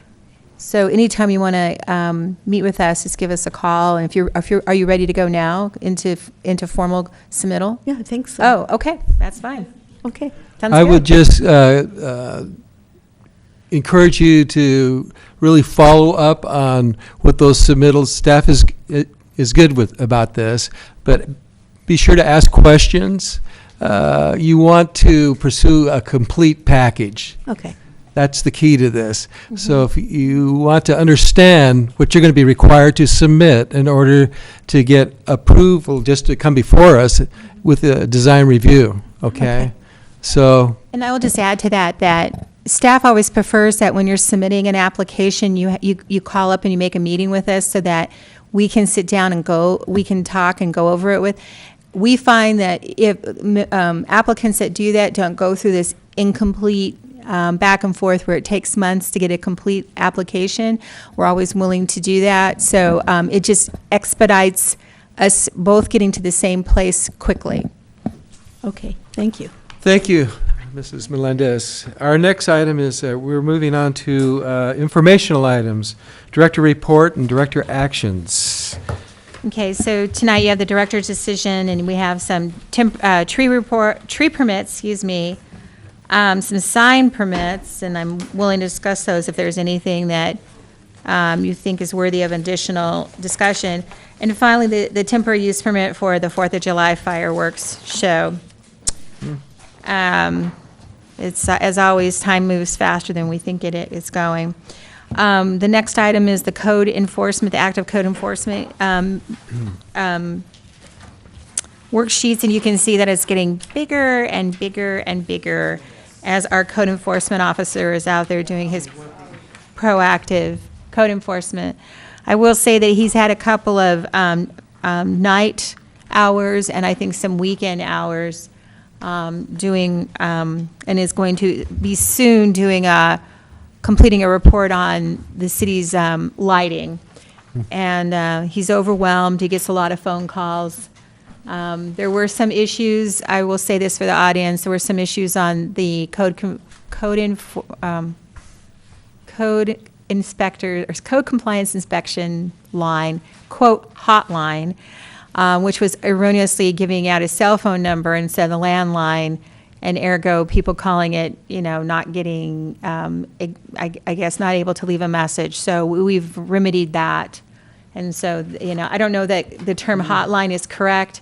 Hotline kind of makes it sound like you're going to get somebody. It's more like an inspection line where and I'm working on getting correct verbiage so people know that they can call and leave a complaint and with him. So there's a few bugs here and there as far as getting it to where it's working completely smoothly, but we're working on that. And like I said, he's a little bit overwhelmed, so lots and lots going on. Is this matrix available on our website? I'm just curious. I think that, it becomes, right, the The whole packet. packet's there, so that's one way to follow through on it, or to keep a... Yeah, so one way or another, the information is available to the public. It's hard sometimes to have every last little thing with its own bullet because you just get so much noise on the website that it just becomes impossible to, but This is, a lot of it's, you can't give out all. oh, yes. What Sherry's referring to is because it's code enforcement, a lot of it's confidential. Oh, okay. This also is a dynamic, it's changing day to day. We make it static for you and your report. But I imagine that if you queried the box on the website and you put in like active code enforcement, you might be able to get it pull up. I could try that. I've been going through the website and trying to make sure all these things are working because we get feedback when things aren't working and trying to make sure that's all going. But like I said, the hotline has been changed to his landline, which should come into the recorder here. He works 3 days a week and not all, or I should say this, 30 hours a week, some nights, some weekends. So he's not always sitting at his desk. So it's important that come into the landline so that people can check those messages. Other staff that's working more consistent hours actually in the office. And with that, moving on to the upcoming meetings. And we Kathleen, I'm sorry. I just had a quick question Uh-huh. about, I see a lot of this, but could you just explain what it is? It says vehicle front setback, construction debris adjacent lot. Like, what does that even mean? I think It's code. Sherry could maybe, okay. I'll follow up with him then. I guess you could just drive down Grandview. It looks like every other lot. I think what was explained to me was that a lot of these are RVs. Oh, That was what is explained to me, that if you, in this one particular area, there is a whole lot of RVs in the front yard setback.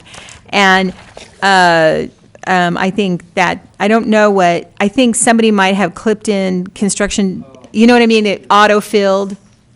I think that might have happened, it seems to me. I don't think every single one has, I don't think every single vehicle in the front yard setback also had construction debris.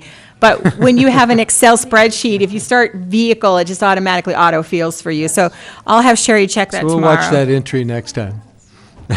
Okay, so I'll check and make some corrections on that. For the next agenda, we're going to have Ojai Burger. As we said, it should be ready to go. It was noticed today with the CUP, correct, Sherry?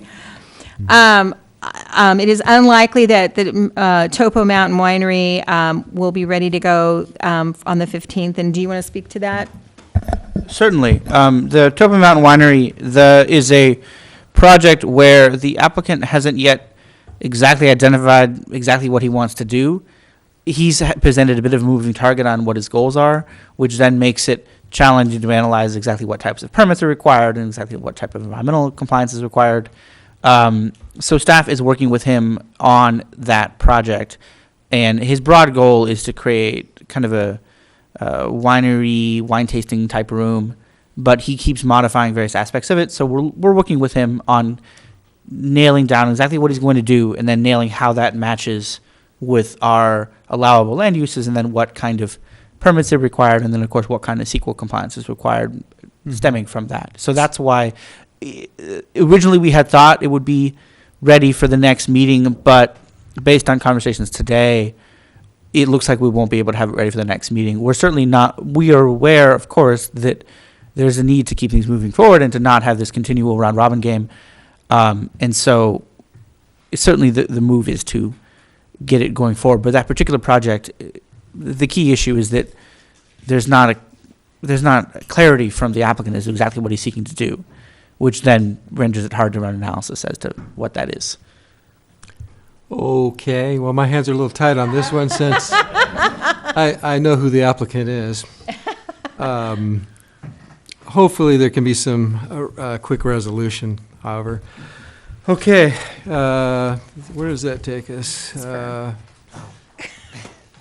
Appoint a commissioner to serve on the public arts. I believe that's Commissioner Merck. I have been the public art representative for 8 years.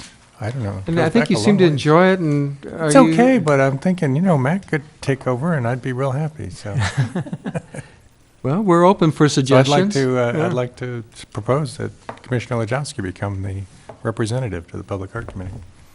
Okay. Are you willing to take that position, Jack? I would be honored to assume such He just said the role. second it. Oh. That was him that said that. I'm sorry, Mac, what was that? You'd be willing to take on that Yeah, I'd be position? honored to take the position. I appreciate it. Okay, and you understand the commitment, and I'm assuming it's once a month? or- No, it's whenever a building is constructed that requires public art. Oh, okay. Then the Public Art Committee gets involved, and it's a series of meetings where you meet with the artist and the owner and kind of discuss what they propose for the public art, and you decide if it's actually art, and if it's Okay. actually public, and if it's really appropriate for the building. We've had some really interesting discussions over the years about Very different good. pieces of public So art. you made a motion. Yep. All we need is a second. I'll second it. Okay. Commissioner Nicklin seconds that. Roll call. Merck? Yes. Jagiello? Yes. Isabella? Yes. Nolan? Yes. Foster? Yes. Nicklin? Yes. Lajowski? Abstain. Okay. Thank you. Our new arts representative, liaison. At this time, we're going to, there are a few of us who attended a planning, they're calling it a academy here, a conference, whatever, in Newport a few weeks ago. And I think we'd like to hear from some of those attendees as to what they experienced. So why don't we start with Commissioner Jagiello? He was there. Oh, I got to remember now. I've been to Egypt. He's been to back, Egypt since then. and So it's been like years ago now. You got to listen to us. Yeah, and why then don't I it will- listen it to you will guys jog. first or jog my memory? Commissioner Nolan. Well, that's, I think, about the third or fourth one that I've attended, and I always feel like it's been a great experience. I learned something new, and it's always nice to meet other planning commissioners from throughout the state. And I think one thing I really enjoy is, they set up these tables where you have your meals with other commissioners and you start a conversation. And I learn a lot from that. A couple of the highlights for me, there was one session on, I can't remember the exact topic, but it was conditions of approval. It may have had something else tagged on the, no, there was a separate CEQA one. I didn't attend that one, but I did go to the conditions of approval, and I found that to be very valuable. I also attended one, actually it was on, it was the city of Rancho Cucamonga, and their city planner was there, but also they had, I believe it was 4 representatives from their fire department. And the topic was that, at one point in time, they didn't really speak to each other, and, the fire department always trumps everything, as we know, when you're submitting something. But they started a dialogue, and now they collaborate together. And of course, they're in a kind of a foothill area, and they have a lot, of course, like development going in, not like we necessarily would. Ours would be probably a single lot, whereas there may be a housing development. But the concept applied, and the comments from the fire department was, which I found interesting, that, at first they didn't really want anything to do with it. They didn't really understand anything about planning at all. And now that the two of them are collaborating, there's just a really good rapport and the understanding. So now they work together. And I'm just saying that because, I hope other communities could follow step and do that. And then I also enjoyed the final closing talk, and it was, I don't know if any of you remember, I want to say about 3 or 4 years ago, we had, I keep forgetting his last name, I apologize, Chuck, it's something like Mayorun, pardon my pronunciation. But anyway, he has the nonprofit organization Strong Cities, and he does a curbside chat. And we actually had him come here to Ojai, and he did a special presentation one night. 2 of our city council members at the time, Paul Blatz and Carlin Strobel, attended, which was great. But his whole line of topic is to look at, if you're doing any sort of development, look at what's your return on investment. In other words, when you do a development, do you have utilities that are going to that development? If not, you may want to think about it because you're going to be investing a lot of money. And then what's going to be your maintenance cost down the road? And what is the property tax from whatever goes in, whether it's residential, commercial, depending on the zoning, what is that going to give back to the city? So in other words, like the example that he gave was a Walmart went in, a big box store. And at first it sounds great, but in the long run, there's less tax money coming in from the Walmart as there would have been from a residential development. They would have been bringing in more money, which would have been money to pay for maintenance. So I just found that just smart thinking. And I have notes here. I'm not going to read through all of them. But anyway, those were the highlights that I enjoyed. Also that we did go on a great field trip to their new, the Orange County Great Park. Kind of a collaboration. It was on an old military base. But I'll leave it at that. Thank you. So it was my first one that I attended, and the second one, while I'd been on the Planning Commission, actually going to this one, I realized I missed out a lot on the first one. And from what Kathleen said too, meeting and talking with other planning commissions at lunch, and you're sitting around a table and listening to lectures and a talk. I just found it very inspiring. And the two that I kind of concentrated on was the CEQA and the low-cost housing, and then talking to other commissioners about how they handle the problems, and just listening to other ideas and things. So, being my first one, I found it very inspiring and very educational. And the closing one, that was actually exceptional and very thought-provoking. So yeah, I've found, doing that a very worthwhile thing. Thanks. Yeah, I mean, I attended most of the same workshops as they did, but just a little bit more on the sequel one. I found it was very interesting. It was a lawyer, I forget what city, somewhere up north. There's a lot of people from up north there. And he just talked a lot just about the nuances of CEQA, and it was just very illuminating to me. And then just how the whole greenhouse gas emissions thing has finally been, they finally have quantified it through the South, I forget what the acronym is. Do you? Actually, earlier I said I wasn't at that one, but I was. Okay. But I think what the change that they made was they're going to start using vehicle miles traveled, the VMT, rather than the old method for, instead of using the old traffic studies, that's going to be the shift. Yeah, so I found that one very interesting. Also, the affordable housing, as Commissioner Nicklin was talking about, by a group called Eden, who Kathleen has worked with before. Those are great. The Great Park tour was really great. I mean, it shows, possibilities of maybe not what we can do in Ojai, but maybe in the greater Ventura County. I found it to be a great experience. It was very educational, very interesting.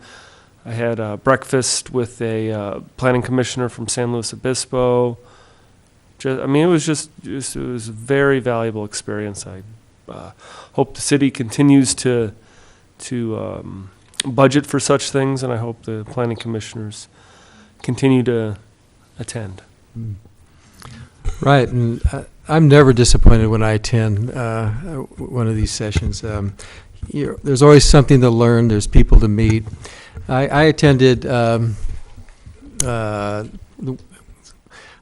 one session called Hot Topics, and it was what's on what's coming down the tubes on cities across our state.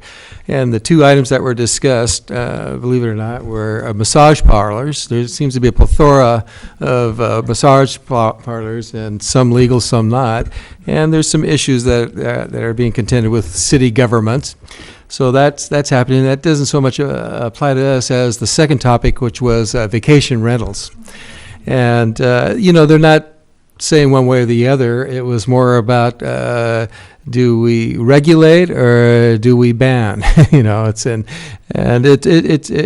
is an interesting, a question there that I know that we're looking at very soon here as a planning commission. So, another session was complete streets from the viewpoint of Caltrans, which was really interesting to me. I had no idea that Caltrans was actually interested in complete streets, and they had their spokeswoman there, and very much pro the complete streets. So it's encouraging to hear it come from Caltrans, since obviously our main corridor is Caltrans under their authority, and we're going to be dealing with them as we move along with our city projects, our planning projects of complete streets and neighborhood planning, which was mentioned by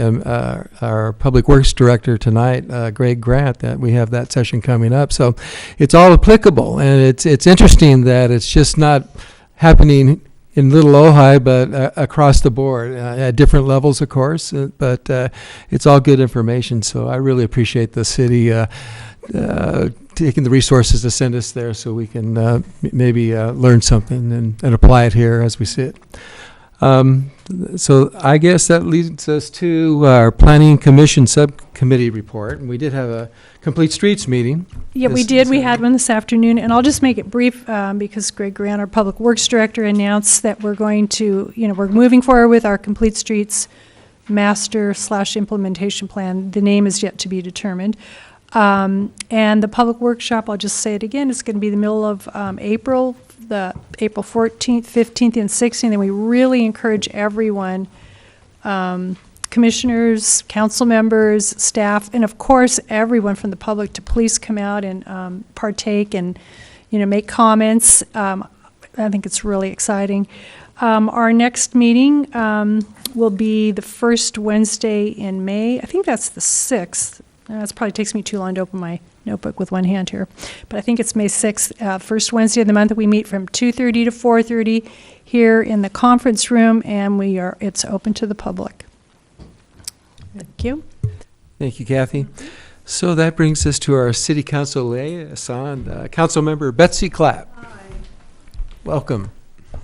Well, I'm really glad you guys went to that conference. I've realized since I've been on council how important the Planning Commission is. It's really an important body. We make a lot of really important decisions for the city.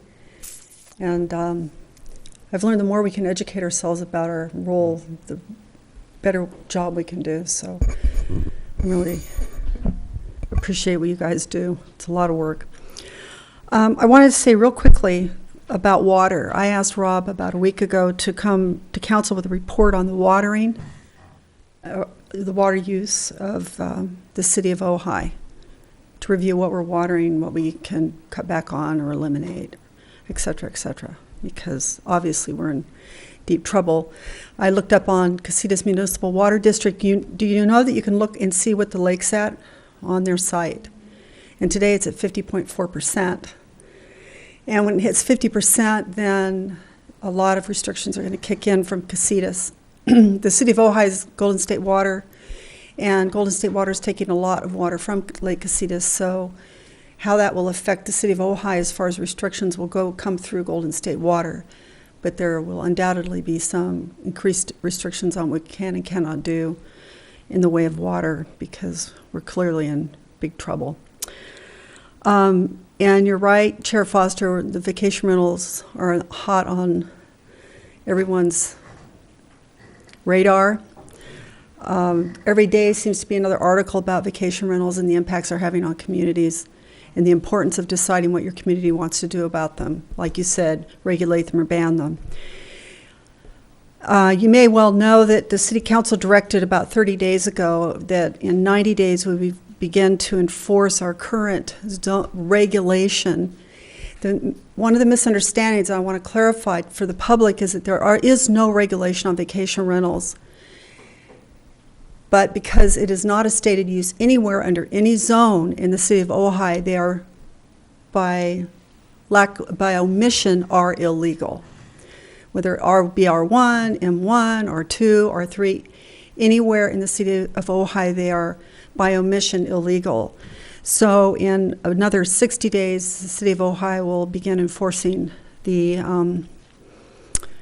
vacation rentals as a non-permitted use in the city. Also, last council meeting, we did a moratorium on CUPs for vacation rentals, conditional use permits. That's the only way that they can be allowed, vacation rentals can be allowed in the city. And we felt that it was important until council decided what we wanted to do about vacation rentals, that we have a moratorium on CUPs, because it didn't seem appropriate to start that whole ball rolling if the council decided ultimately that that was not a path we wanted to take for vacation rentals. There's been a vacation rental focus group that Councilman Wyrick and I have been spearheading, and it's met 3 times, and it's a diverse group of stakeholders. There's a real estate broker, a young local Ojai-born renter, a young man that's going to law school, an affordable housing advocate, a rental housing agent, a local resident and business owner, another local resident, and a vacation rental operator. And we have met 3 times, and it's been a very, very interesting process. We'll give a report on that in the near future, but there's a lot that we're hashing through, and there really is nothing to report yet, no final conclusions that we can bring forward. We are also in the process of setting up a community workshop. We're going to have an independent facilitator head the community workshop, and it'll be on vacation rentals, and we'll be announcing when that will be. It too will be in the near future.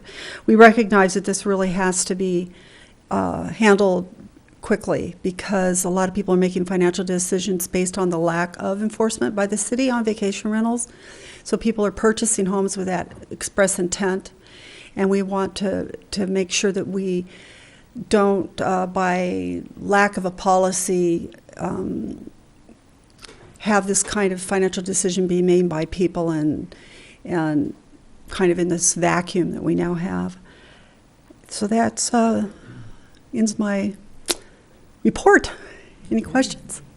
I have a question. I know that there's also a moratorium on fences and walls in the Fences and walls, yes. Arbolata.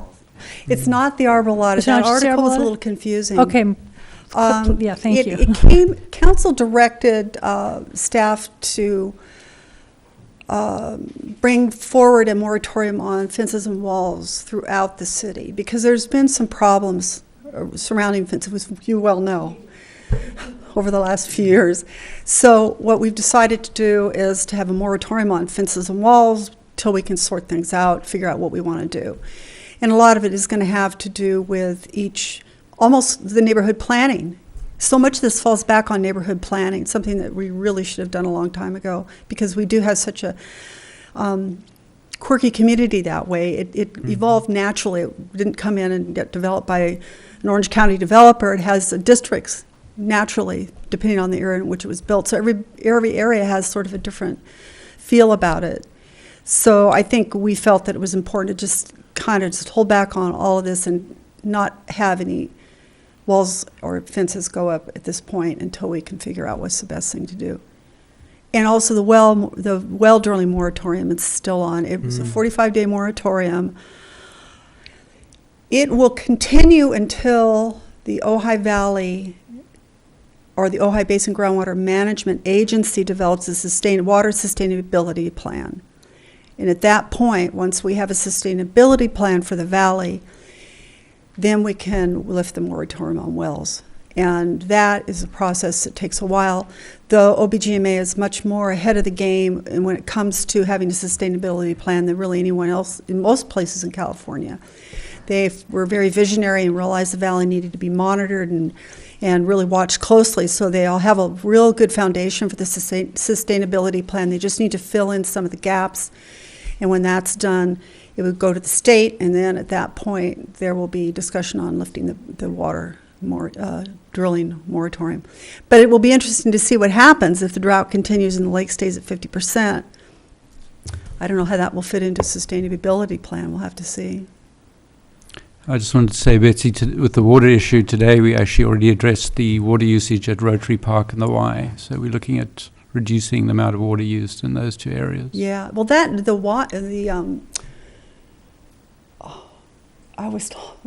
call it Toxic Triangle Park. The one at the Rotary Park. Rotary Park, yes. It's already pretty much drought tolerant, isn't it? It is, yeah. Right now it's on a 2-day cycle, and we're going to do it down to a 1-day cycle and just see what happens. So. That'll be interesting to see. The one that I just think we need to really look at is the Boyd Center. There's this huge lawn in front of the Boyd Center that is just this lawn. And then out here, there's also a lawn we water. So I'm thinking that we might want to consider stopping watering the lawn in front of the Boyd Center and the lawn out here. And ideally, if we had it in the budget, we could put something that was more drought tolerant down. But I think now probably just turning it off the tap is going to be what we're going to have to do, and it'll have to go brown. But it just seems silly to be watering a lawn. There's the fields where you can run and play on the lawn. So we'll see what happens when he comes back with the report.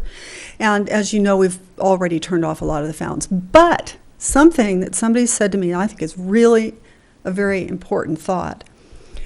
I usually see a lot of birds in this valley, and I haven't been seeing as many And I know that Danae told me in the little fountain out front, and I've come here, birds come and get water, and we don't have water there for them anymore.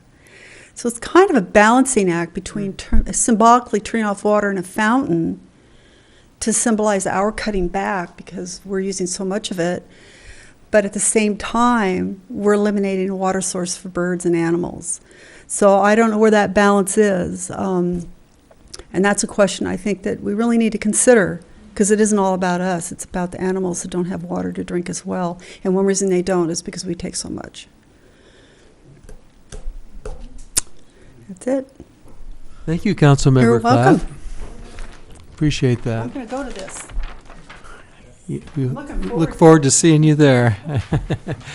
We'll adjourn this meeting.